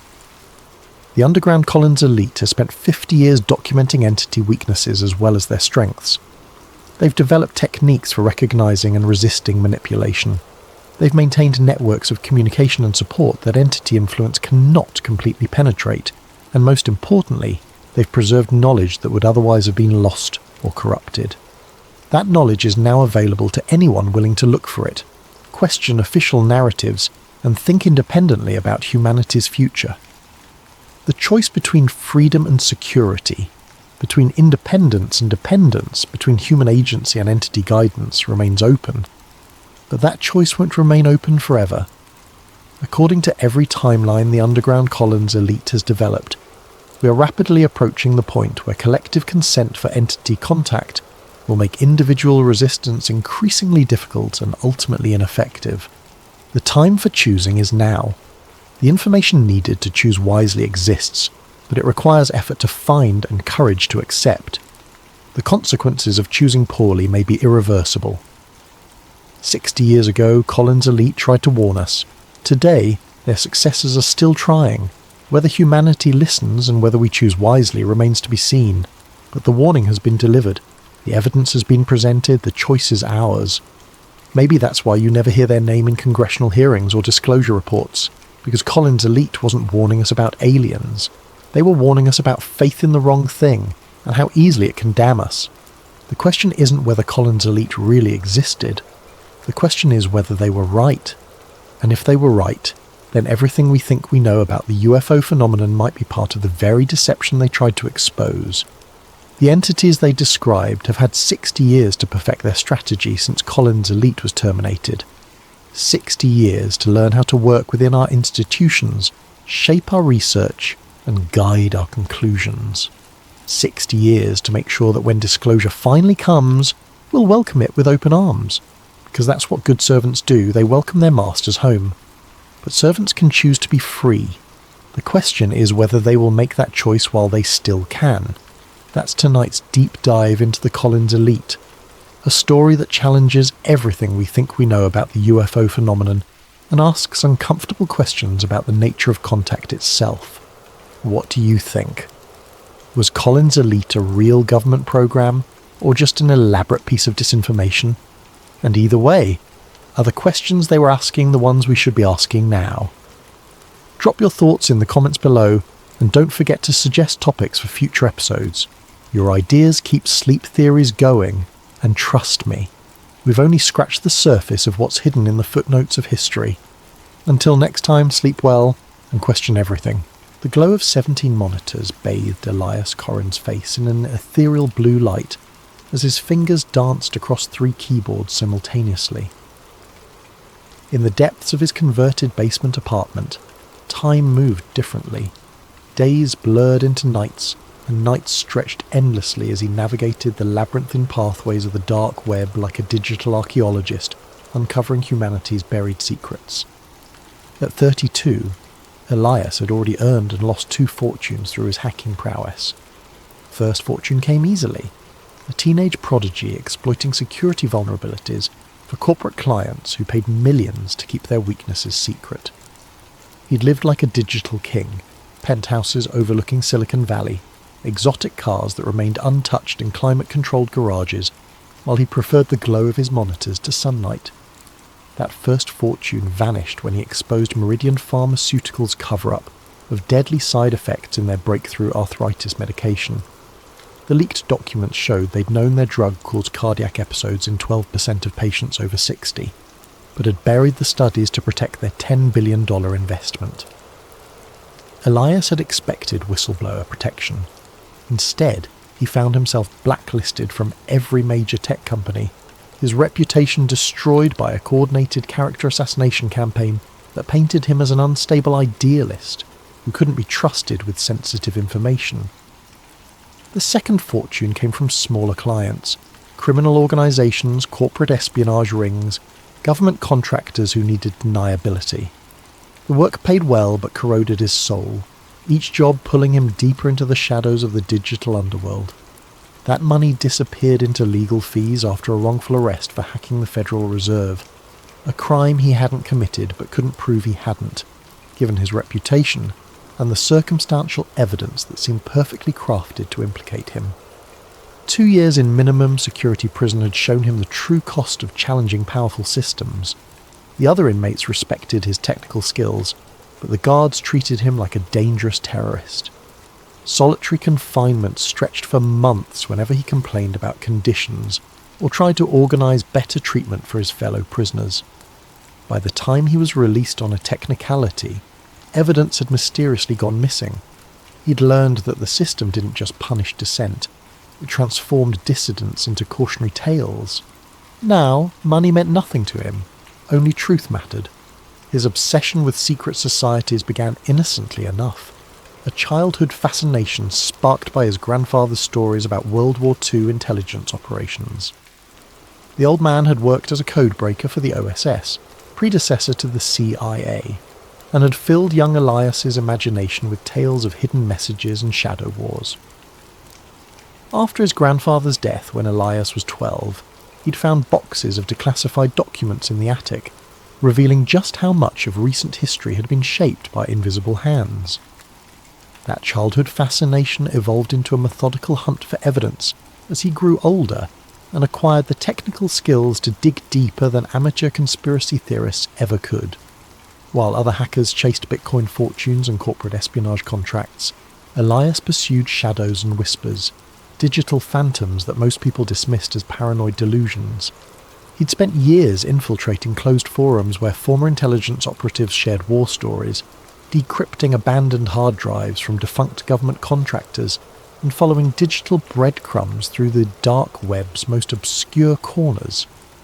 His apartment had become a digital monastery dedicated to the pursuit of hidden truth, every surface covered with the tools and detritus of obsessive investigation. The apartment reflected his singular focus. Pizza boxes stacked like ancient monuments between towers of computer equipment, energy drink cans forming metallic armies across every surface, and cables snaking through the darkness like digital veins feeding his electronic ecosystem. His only companions were the hum of cooling fans working overtime to prevent his overclocked processors from melting down, and the occasional satisfied grunt when another firewall fell to his expertise. The basement location was perfect for his needs, thick concrete walls that muffled sound and blocked electromagnetic interference, a dedicated power line that could handle his massive electrical requirements, and most importantly, no windows for curious neighbours to peer through. He'd been living there for 18 months, ever since his release from prison, paying cash to a landlord who asked no questions as long as the rent arrived on time. His setup was a temple to digital paranoia, 17 monitors arranged in a semicircle around his custom-built chair, each screen dedicated to different aspects of his ongoing investigations. 3 keyboards allowed him to manage multiple intrusion attempts simultaneously, while a collection of smartphones, each running different operating systems and connected to various networks through proxy chains, kept him connected to his sources around the globe. The walls were lined with hard drives, each containing terabytes of encrypted data collected from years of systematic investigation. Backup systems ensured that even if authorities raided the apartment, copies of everything would remain safely hidden in data centers across 3 continents. He'd learned from his previous arrests that physical evidence was only as secure as your ability to keep it out of enemy hands. Tonight felt different. As rain drummed against the boarded windows, he'd covered them himself for security reasons, Elias's automated scanners detected something unusual. The software he'd written monitored thousands of government servers simultaneously, looking for anomalous data signatures that might indicate classified information stored in supposedly routine systems. Most alerts were false positives, but after years of refinement, his algorithms had learned to distinguish between genuine anomalies and random digital noise. This particular signal was trying too hard to look ordinary, which was exactly what made it suspicious. A government proxy server deep within the Department of Homeland Security's network infrastructure was handling traffic patterns that didn't match any known legitimate use. The data packets were the right size and frequency to appear routine, but they carried encryption signatures that suggested military-grade security protecting something far more sensitive than typical administrative communications. Most hackers would have dismissed it as a honeypot, a trap designed to lure in digital intruders, but Elias had learned to read between the digital lines over years of careful observation. This signal felt different, older, like it had been running for decades without anyone paying attention to what it was actually protecting. He leaned back in his chair, cracking his knuckles with the deliberate ritual of a surgeon preparing for a complex operation. The proxy was 3 layers deep in government infrastructure, protected by military-grade encryption that would take months to crack through conventional means. But Elias had developed unconventional means over the years. His fingers resumed their dance, this time with the measured precision of a master pianist performing a familiar concerto. Code flowed across his screens like poetry written in ones and zeros, each line bringing him closer to whatever lay hidden in the digital vault. As the final encryption layer crumbled at 3:47 a.m, Elias held his breath. The archive that materialized before him contained terabytes of data, but it was the file structure that made his pulse quicken. Everything was organized with the kind of meticulous care reserved for the most sensitive operations. Categorical folders with cryptic names like cultural implementation, behavioral modification, and asset management. He opened the first file and the world as he understood it began to unravel. The contracts appeared first, hundreds of them, stretching back decades like a paper trail through the shadow history of American culture. Entertainment companies, advertising agencies, record labels, movie studios, television networks, and news corporations, all bound by identical non-disclosure agreements that ran to thousands of pages each. The legal language was deliberately obscure, buried in terminology that would confuse even experienced corporate lawyers who specialized in media contracts. But Elias had taught himself to decode legal doublespeak during his prison sentence, spending countless hours in the law library learning how power structures protected themselves through linguistic camouflage. Each contract referenced cultural programming initiatives and synchronized messaging protocols, with payment structures that dwarfed typical entertainment industry deals.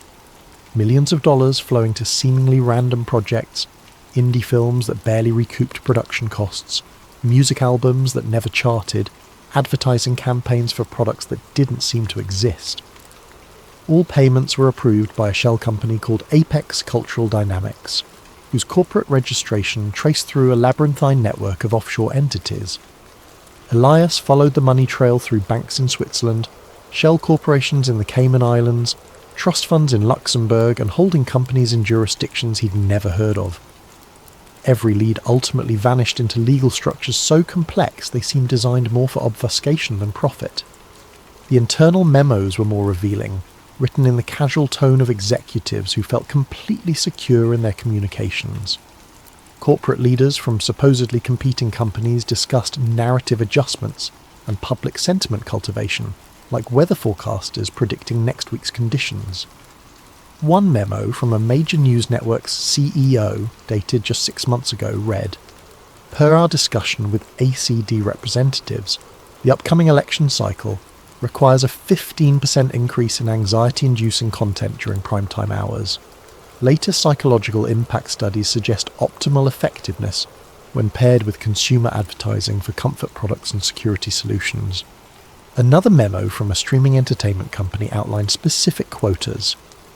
Q3 targets include 40% increase in dystopian future programming, 25% increase in surveillance state normalization themes, an introduction of transhumanist concepts through minimum of 12 original series. Demographic targeting should focus on the 18 to 34 age range for maximum long-term conditioning effectiveness. The coordination between supposedly independent media companies was breathtaking in scope. Competing networks shared detailed viewer psychological profiles, coordinated their news coverage to maximize specific emotional responses, and even synchronized their entertainment programming to reinforce particular worldviews.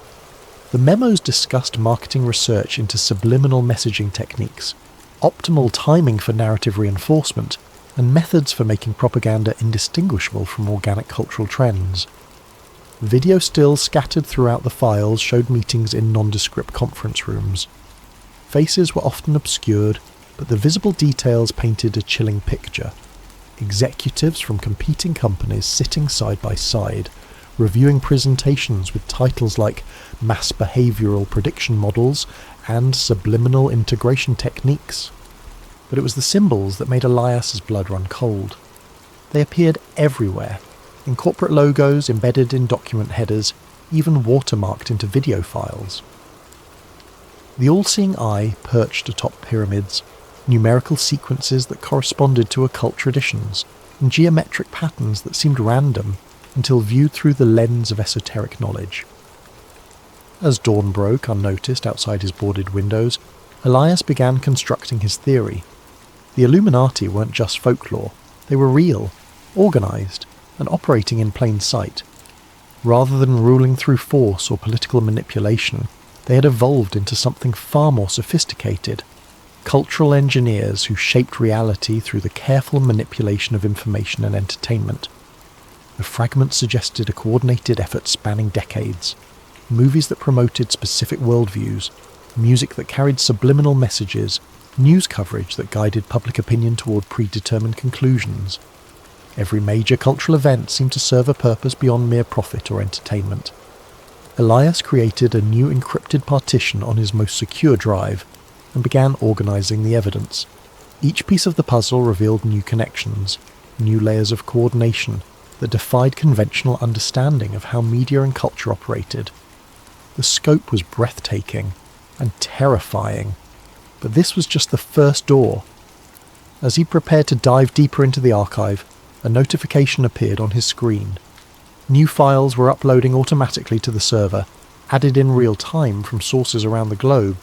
The conspiracy wasn't just historical, it was happening now, every day, with machine-like precision. Elias smiled grimly and opened another energy drink. He had work to do.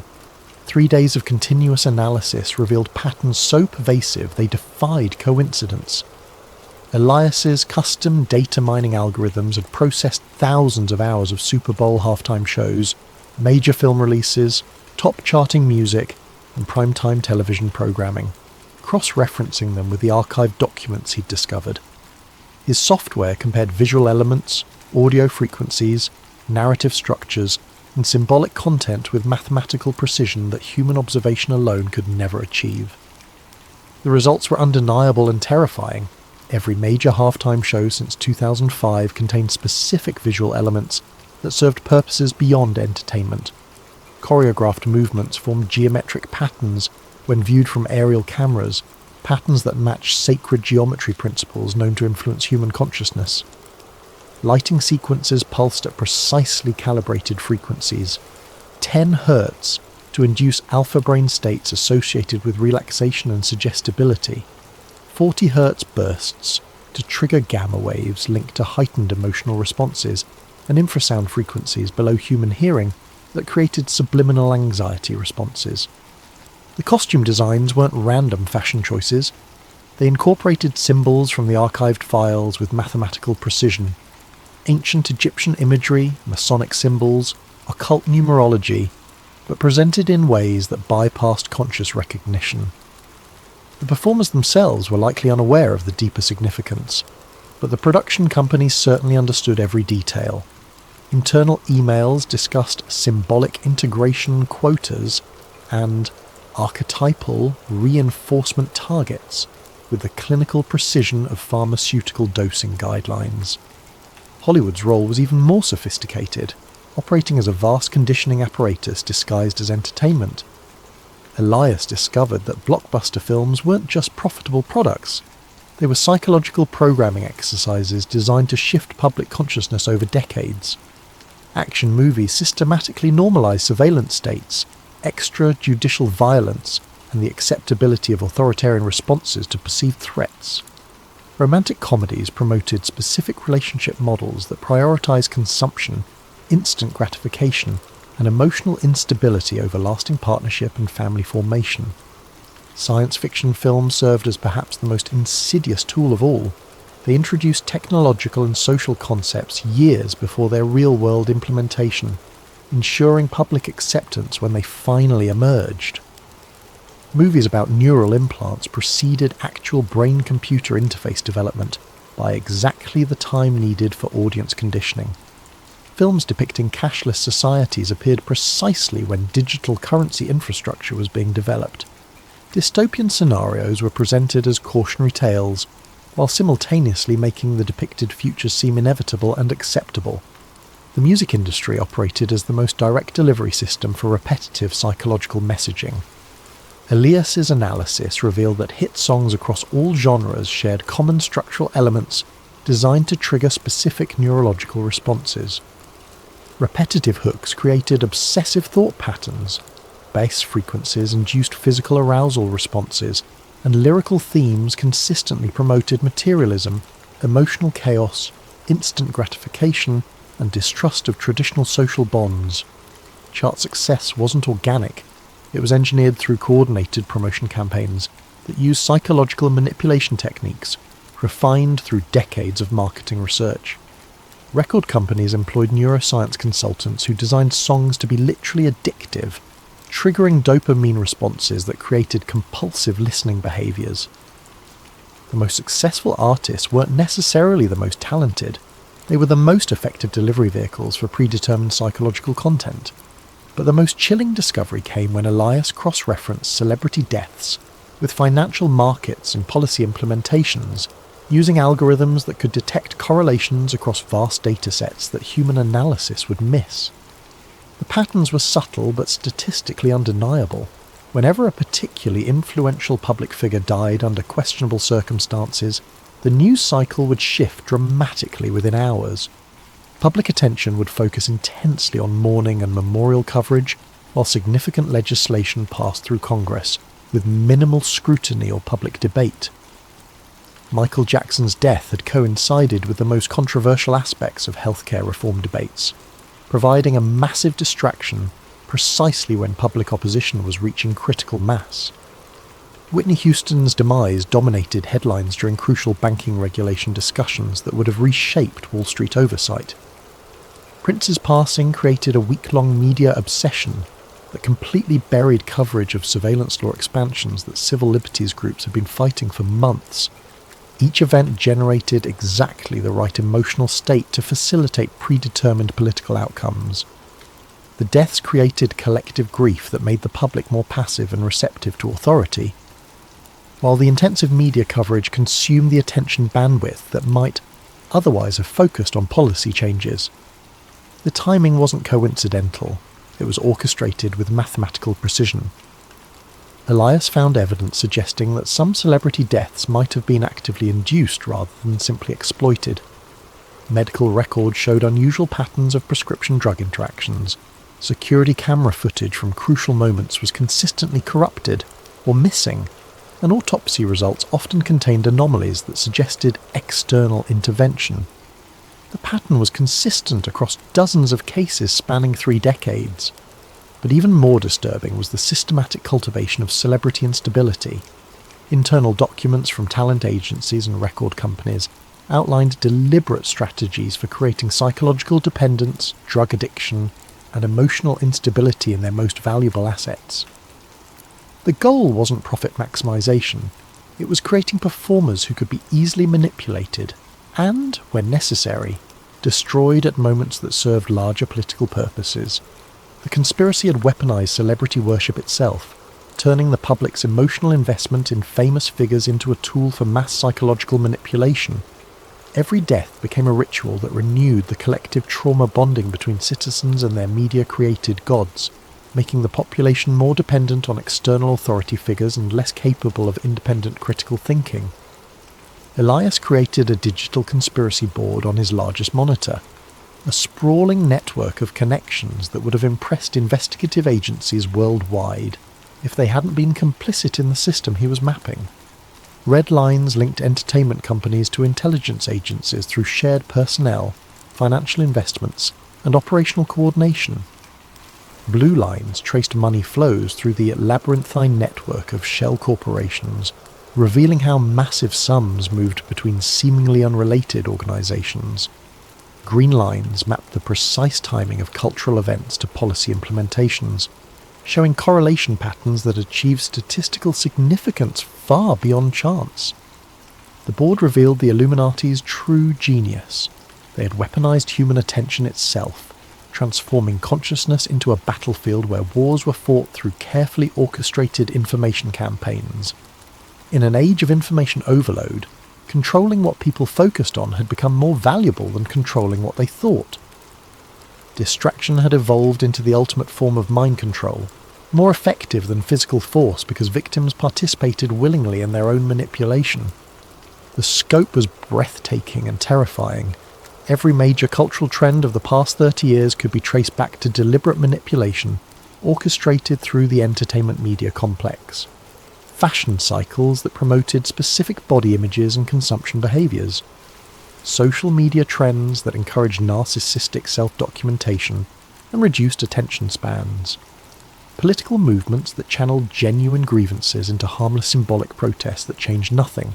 Even conspiracy theories themselves appeared to be guided phenomena, designed to discredit legitimate questioning by associating it with obviously false claims.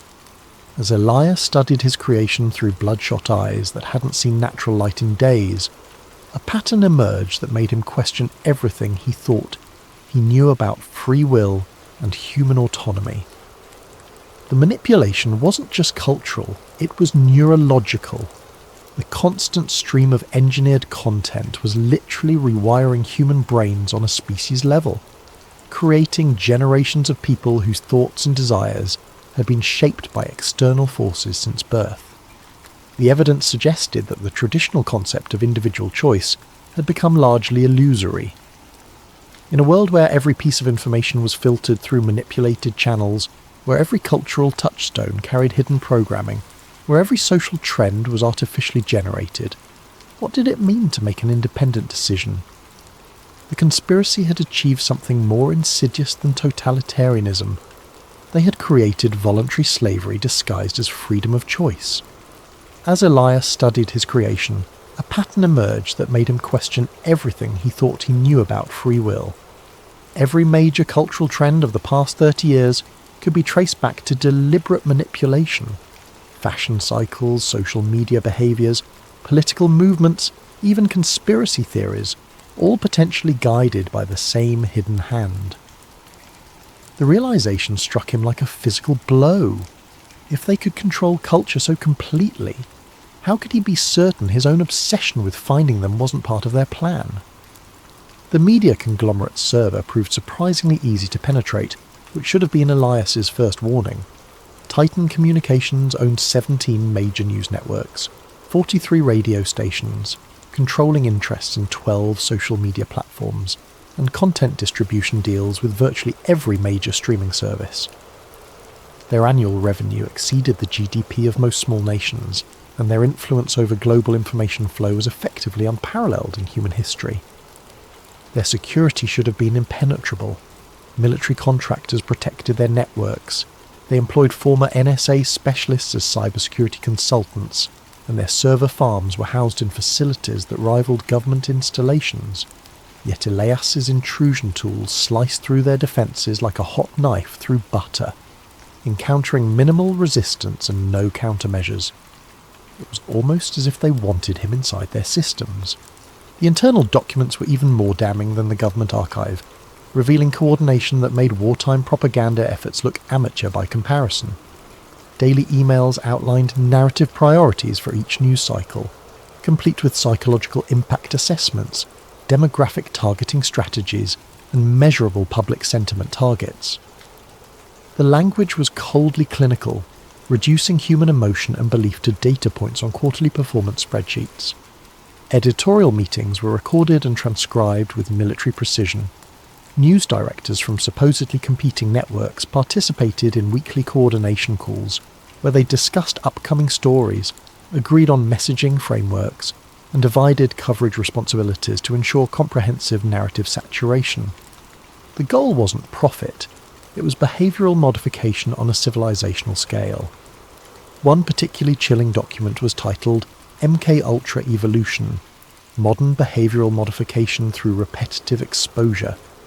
It outlined techniques that made the CIA's infamous mind control experiments look primitive and inefficient by comparison. Rather than targeting individuals through drugs and trauma, the new methods focused on mass psychological conditioning through carefully orchestrated media campaigns that operated below the threshold of conscious awareness. The manual explained in disturbing detail how repetitive exposure to specific imagery, sound frequencies, narrative structures, and emotional triggers could alter brain chemistry over extended periods. Citizens weren't being brainwashed in the traditional sense. They were being neurologically rewired through their daily media consumption, with changes that accumulated gradually over years and decades. The process was so subtle and pervasive that victims never realized their thoughts weren't entirely their own. Predictive programming emerged as a central technique in their arsenal. By introducing concepts, technologies, and social changes through fictional entertainment before implementing them in reality, the manipulators could bypass critical thinking entirely. Audiences would unconsciously accept new surveillance technologies, social norms, and political systems because they had been psychologically prepared through years of entertainment conditioning that made the changes feel familiar and inevitable. The technique was devastatingly effective because it exploited fundamental aspects of human psychology. People naturally accepted ideas they had encountered multiple times, even if the initial exposure came through obviously fictional sources. The brain treated repeated fictional scenarios as potential realities, creating neural pathways that made actual implementation feel like a natural progression rather than a radical change. The financial section revealed the true scope of the operation. Trillions of dollars flowed through the network annually, dwarfing the budgets of most nations. The money came from unexpected sources: pension funds, insurance companies, even charitable foundations unknowingly contributed to the conspiracy through complex investment structures. But the most disturbing discovery was the coordination between intelligence agencies, banking institutions, entertainment corporations, and technology companies, operating as a unified organism despite their apparent competition and conflicting interests. Weekly video conferences brought together representatives from the CIA, Federal Reserve, major studios, social media platforms, and multinational technology corporations. They discussed sentiment management and narrative synchronization with the casual professionalism of corporate executives planning quarterly sales targets.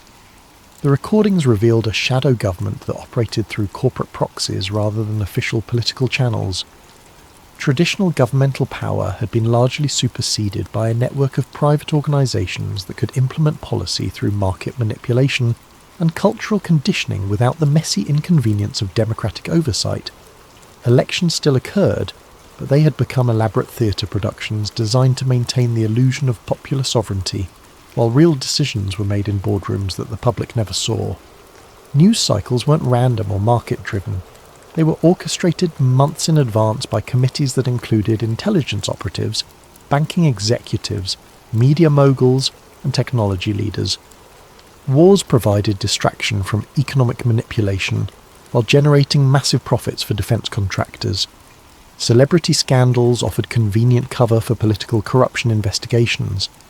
Natural disasters created opportunities to implement emergency powers that somehow always became permanent fixtures of the expanded surveillance state. Every major event served multiple purposes in a grand design that stretched across decades. The 2008 financial crisis had been engineered to consolidate banking power while conditioning the public to accept bailouts as normal economic policy.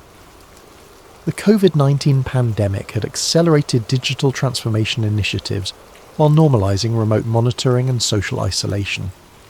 Climate change narratives were being used to justify energy sector reorganization and carbon credit markets that would generate enormous profits for the same financial institutions that had caused previous economic crises. Elias found recorded conversations between news anchors and their handlers that destroyed any remaining illusion about journalistic integrity.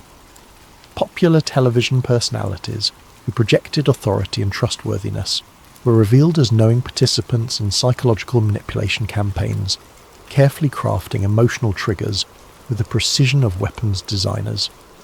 They discussed techniques for inducing specific brain states in viewers, optimal timing for fear-based messaging, and methods for making propaganda indistinguishable from legitimate news reporting. The most chilling recordings involved discussions of population control strategies disguised as public health initiatives. Representatives from pharmaceutical companies, government health agencies, and media corporations coordinated messaging campaigns designed to promote dependency on medical interventions while discouraging natural immunity and traditional healing practices. The goal wasn't public health. It was creating a population that required constant pharmaceutical management to function normally. Mental health treatment had been weaponized through carefully designed chemical interventions that didn't cure underlying problems but created permanent pharmaceutical dependencies. Educational systems were being restructured to produce workers who could follow complex instructions but lacked the critical thinking skills to question authority. Even exercise and nutrition guidelines were manipulated to ensure that optimal physical and mental health remained just out of reach for the general population. The evidence was overwhelming, but as Elias prepared to copy the files to his secure drives, an error message appeared. Access denied. User privileges revoked. The server was locking him out in real time, which meant someone was actively monitoring his intrusion. He worked frantically to extract what data he could, but the digital walls were closing in. As the connection terminated, one final document appeared briefly on his screen. A personnel file with his photograph in the header Asset Management, Elias Corin. Status, Active Monitoring. The file vanished before he could read it completely, but the implications were clear. They knew he was coming. Desperation drove Elias deeper into the network than he had ever dared venture. Using techniques that bordered on digital necromancy, he resurrected connection pathways that should have been impossible to access. The risk was enormous. Each probe left digital fingerprints that could lead authorities directly to his door. But the glimpse of his own file had transformed his quest from curiosity to survival. The recordings he discovered in the deepest server vaults were audio files from meetings that shouldn't have existed, according to any official record. High-definition audio captured conversations between intelligence officials, Federal Reserve board members, entertainment executives, technology billionaires, pharmaceutical industry leaders, and representatives from organizations he'd never heard of, but whose influence seemed to span continents. They discussed the future of human consciousness like generals planning military campaigns against an enemy population. The meetings followed a rigid schedule. Every third Wednesday of each month, participants would gather in a location identified only as the facility to review progress on what they called the Integration Project. The audio quality suggested advanced surveillance equipment, possibly indicating that someone within their organization was documenting everything for purposes that remained unclear. One recording from a meeting dated 6 months ago made his blood freeze in his veins. Phase 7. Implementation has exceeded all projections, reported a woman's voice that analysis software identified as belonging to a major pharmaceutical company executive. Antidepressant dependency rates have reached 23% of the adult population in target demographics. Cognitive function degradation is proceeding on schedule, with marked decreases in long-term planning abilities and resistance to authority structures. Another voice, male with a distinctive southern accent. The cryptocurrency infrastructure is approaching full readiness for behavioral tracking integration. Once we achieve real-time monitoring of every financial transaction, thought control becomes mathematically precise. Every purchase will inform our psychological profiles. Every payment will be subject to conditional approval based on compliance metrics. Money itself becomes the ultimate surveillance and control mechanism. A third voice, older and carrying unmistakable authority. Excellent progress. The entertainment division reports successful integration of transhumanist themes across all major platforms. Public acceptance of neural interface technology has increased 23% since the campaign began, with particularly strong adoption rates among the 18 to 34 demographic. We're ready for beta testing in select metropolitan markets next quarter. The conversations continued for hours, revealing a surveillance state that made Orwell's 1984 look like a children's story. They weren't just watching citizens, they were psychologically profiling entire populations in real time, predicting dissent before it emerged, and neutralizing threats through targeted manipulation rather than direct confrontation. The system was so sophisticated that most people would never realize they were living under complete psychological control. The integration project appeared to be the culmination of decades of research into human behavior modification. Rather than controlling people through force or obvious propaganda, they had created a system that guided human decision-making through carefully crafted environmental pressures. Every choice citizens made was influenced by factors they never recognized as external manipulation, creating the illusion of free will while ensuring predetermined outcomes. Food additives that affected brain chemistry, architectural designs that induced specific emotional states, lighting frequencies that influenced circadian rhythms, sound pollution calibrated to create chronic stress. Every aspect of modern life had been optimized to create psychological conditions that made populations easier to manage. The genius was that victims participated willingly in their own subjugation, often defending the very systems that enslaved them. The Watcher Protocol emerged as their most sophisticated tool. Rather than silencing conspiracy theorists and dissidents, they monitored them continuously, studying their methods and psychology. The dye was used to identify others with similar thinking patterns, creating detailed maps of potential resistance before it could organize effectively. But the most chilling revelation was their approach to handling discovered threats. They didn't assassinate or imprison troublesome individuals, they drove them insane. Subtle psychological pressure, engineered coincidences, and carefully orchestrated personal tragedies would destroy a person's credibility and mental stability. Victims became their own worst enemies, discrediting themselves more effectively than any external force could. Elias found case studies documenting the destruction of dozens of individuals who had gotten too close to the truth, journalists who suffered sudden career implosions, researchers who developed inexplicable mental health problems, hackers who became paranoid and unstable. The pattern was consistent: initial discovery, followed by escalating pressure until the subject either retreated into obscurity or self-destructed publicly. As he absorbed this information, strange coincidences began occurring in his own life. His internet connection inexplicably slowed at crucial moments. Phone calls developed electronic interference. His food delivery orders were mysteriously cancelled or delayed. Each incident was minor and easily dismissed as random bad luck, but the cumulative effect was unmistakable. Someone was watching. Elias tried to dismiss his growing paranoia as a natural reaction to the disturbing information he was processing. But late at night, when the city was quiet and his monitors provided the only light, he sometimes heard footsteps in the hallway outside his apartment. They would pause at his door for exactly 30 seconds before continuing down the corridor. The recordings had mentioned something else, something that made his hands shake as he worked.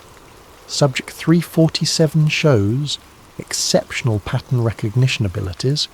Psychological profile suggests high probability of success in reaching final verification stage. Recommend maintaining current stimuli until extraction protocols can be implemented. He had no way of knowing for certain, but the timing suggested a horrible possibility. He might be Subject 347. The decision to leak his findings publicly felt like stepping off a cliff. Elias had accumulated enough evidence to expose a conspiracy that dwarfed anything in human history, but he knew that releasing it would likely cost him his life, or worse, his sanity.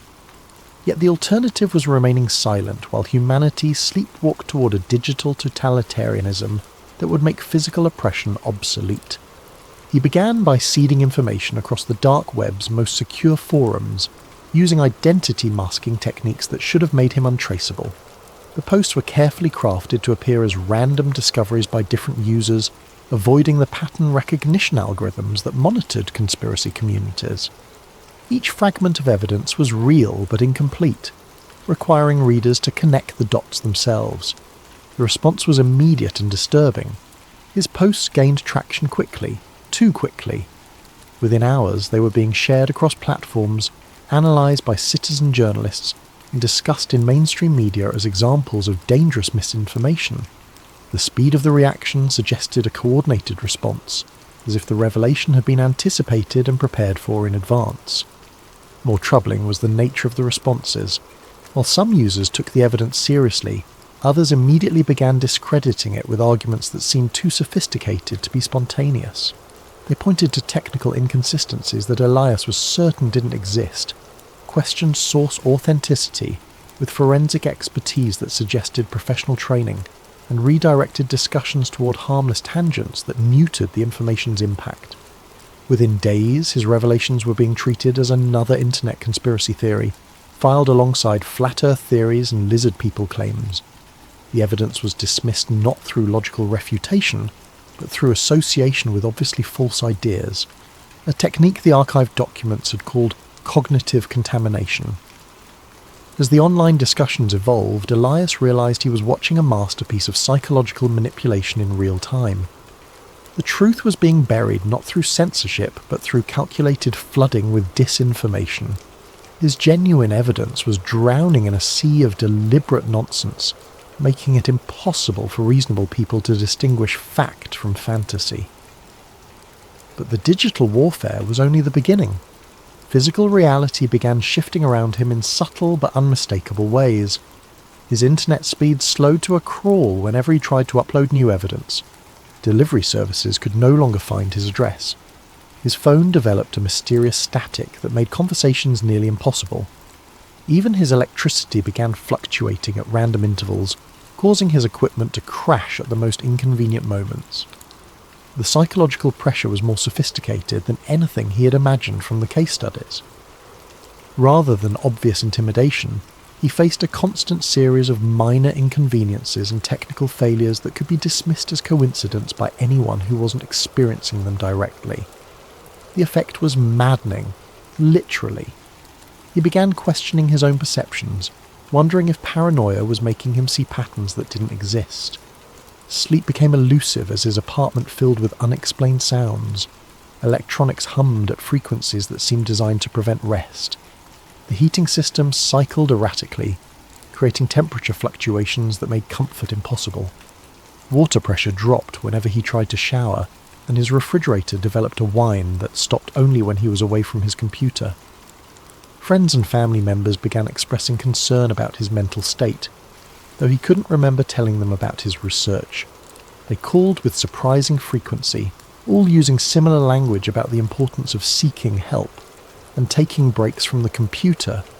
The conversations felt scripted, as if his loved ones were reading from prepared statements. As days blended into a haze of technical failures and social pressure, Elias realised he was living inside one of the case studies he'd discovered. They weren't just monitoring him, they were actively dismantling his life with surgical precision. But unlike the previous victims, he knew what was happening. That knowledge might be his only chance of survival. He had to reach the final layer of the archive before they completed their psychological destruction. If his theory was correct, the deepest files would contain the ultimate revelation, and possibly his salvation. The final server required every technique Elias had learned over 2 decades of hacking. Protected by quantum encryption and guarded by AI systems that adapted to his intrusion attempts in real time, it represented the pinnacle of digital security. Yet as he worked through the night, fueled by desperation and the last of his energy drinks, the barriers fell with almost suspicious ease. The locked folder contained exactly what he had expected and feared: complete dossiers on hundreds of individuals, including himself. His file was massive, containing information that should have been impossible to collect. Screenshots of every computer session going back years, audio recordings from devices that shouldn't have had microphones, even biometric data tracking his health and emotional states in real time. But it was the analysis that truly horrified him. Psychological profiles predicted his behaviour with uncanny accuracy, mapping his personality down to neurological quirks that he had never shared with anyone. The files detailed his childhood trauma, relationship patterns, cognitive biases, and emotional triggers with clinical precision. They knew him better than he knew himself. The surveillance had begun long before his current investigation. Webcam captures showed him staring at monitors in his apartment, taken from angles that suggested multiple hidden cameras. Phone conversations with friends and family had been recorded and analysed for stress patterns and emotional manipulation opportunities. Even his online shopping habits, medical records, and financial transactions had been fed into behavioural prediction algorithms. Most disturbing was the timeline. The earliest entries in his file dated back 15 years, to when he had first begun investigating conspiracy theories as a college student. They hadn't just discovered his activities, they had been watching and shaping them from the beginning. Every major breakthrough in his hacking skills, every connection he had made in underground communities, every piece of evidence he'd uncovered, all had been carefully orchestrated. The documents revealed the true scope of his manipulation. The pharmaceutical company he had exposed years earlier, the leaked documents had been strategically placed for him to find. The wrongful arrest that had cost him his fortune, engineered to isolate him and fuel his paranoia. Even his current apartment had been selected for him, the basement location perfect for the psychological pressure techniques they planned to employ, but the most shattering revelation was still to come. As he scrolled through terabytes of personal data, a video file caught his attention. The timestamp showed it was recorded 3 days ago, the night he had first accessed the government server. The video showed him working at his computer, but the angle was impossible. The camera had to be inside his monitor, watching him as he discovered the conspiracy. He was staring at footage of himself reading about his own surveillance. The video continued, showing him creating his digital conspiracy board, making connections between entertainment companies and intelligence agencies, even the moment when he had first seen his own photograph in the corporate files. But there was something else, a timestamp in the corner that made no sense. According to the file properties, the video had been created 6 months before it was allegedly recorded. His hand shaking, Elias cross-referenced the timestamp with other files in his dossier. The pattern that emerged destroyed everything he thought he knew about his investigation. Every revelation, every breakthrough, every piece of evidence he had discovered, all had been prepared in advance. The conspiracy he had uncovered was real, but his discovery of it had been choreographed down to the minute. They hadn't just been watching him, they had been directing him, feeding him information at precisely calculated intervals, allowing him to feel the satisfaction of discovery while ensuring he found only what they wanted him to find. His entire investigation was a performance, and he had been playing his role perfectly. The sound of footsteps in the hallway outside his apartment was no longer mysterious. It was his cue that the final act was about to begin. The timestamp that shattered Elias's world appeared in a routine system log, buried among thousands of other entries he might have overlooked in his haste to process the overwhelming data. But his pattern recognition skills, honed by decades of digital archaeology, caught the anomaly immediately. His surveillance file had been created 3 years before he had even begun his serious investigation into secret societies. Not updated, not modified, created. The implications spread through his mind like digital wildfire. Every forum post that had sparked his interest, every breadcrumb of evidence he had followed, every contact who had guided him toward new information sources, all had been carefully planted elements in an elaborate psychological experiment. He wasn't hunting the Illuminati. He was their laboratory rat, navigating a maze they had constructed specifically for him. The files reveal the true scope of the operation. Project Cassandra aimed to study how individuals with specific psychological profiles could be guided toward predetermined conclusions while believing they were conducting independent research. Elias was test subject 347 in a series that had already processed thousands of potential dissidents, conspiracy theorists, and amateur investigators. The methodology was diabolical in its sophistication. Rather than suppressing information, they had created controlled leaks that satisfied the subject's desire for hidden truth, while ensuring that any revelations served their ultimate purposes. Every conspiracy theorist who believed they had uncovered secret plots was actually participating in a massive behavioural study that helped refine mass manipulation techniques. But Project Cassandra served another purpose: creating the perfect patsies, when subjects like Elias inevitably attempted to share their discoveries, the public would dismiss them as delusional paranoids. The conspiracy theorists discredited themselves more effectively than any government censorship could, providing cover for the real operations happening in plain sight. The genius was circular.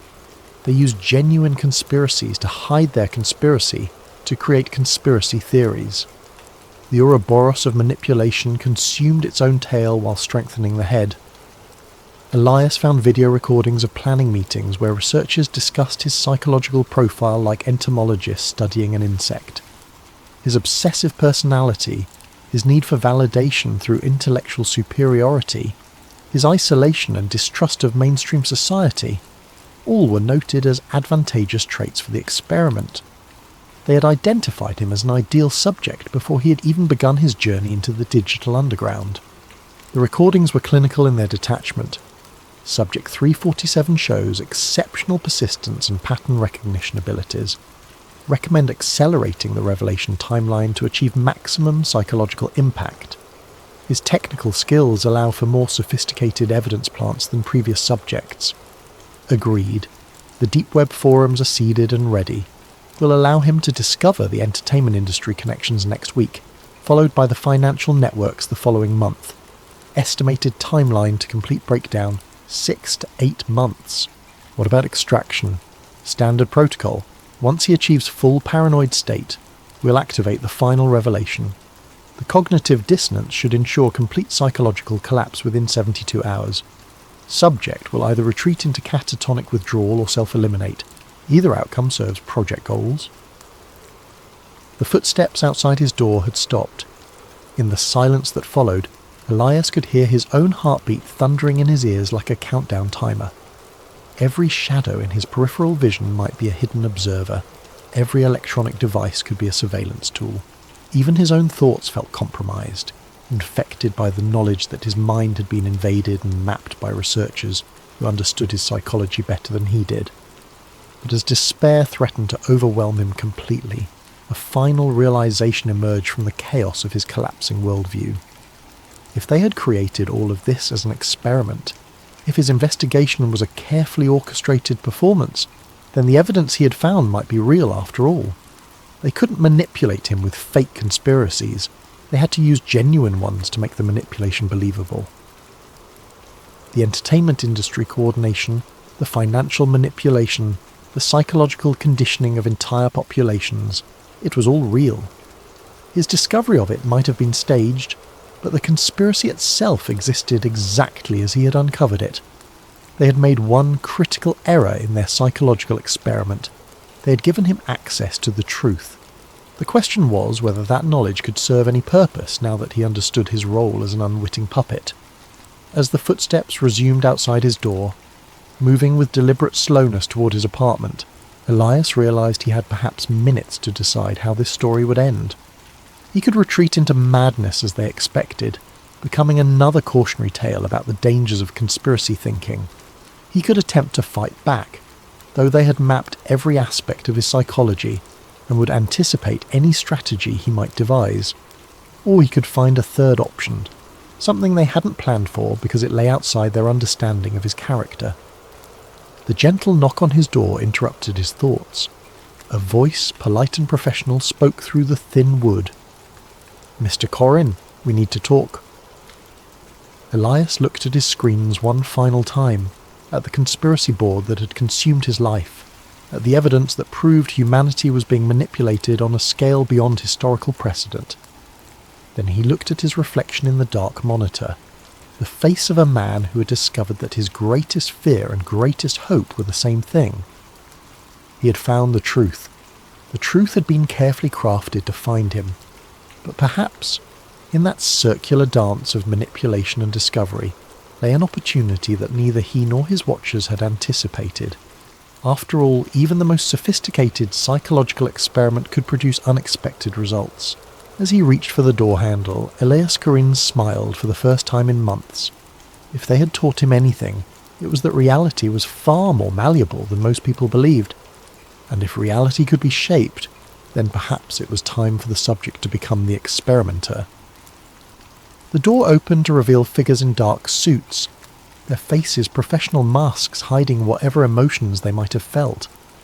But as they looked into Elias's eyes, something shifted in their expressions, a flicker of uncertainty that suggested their psychological profiles might have missed something crucial about their carefully studied subject.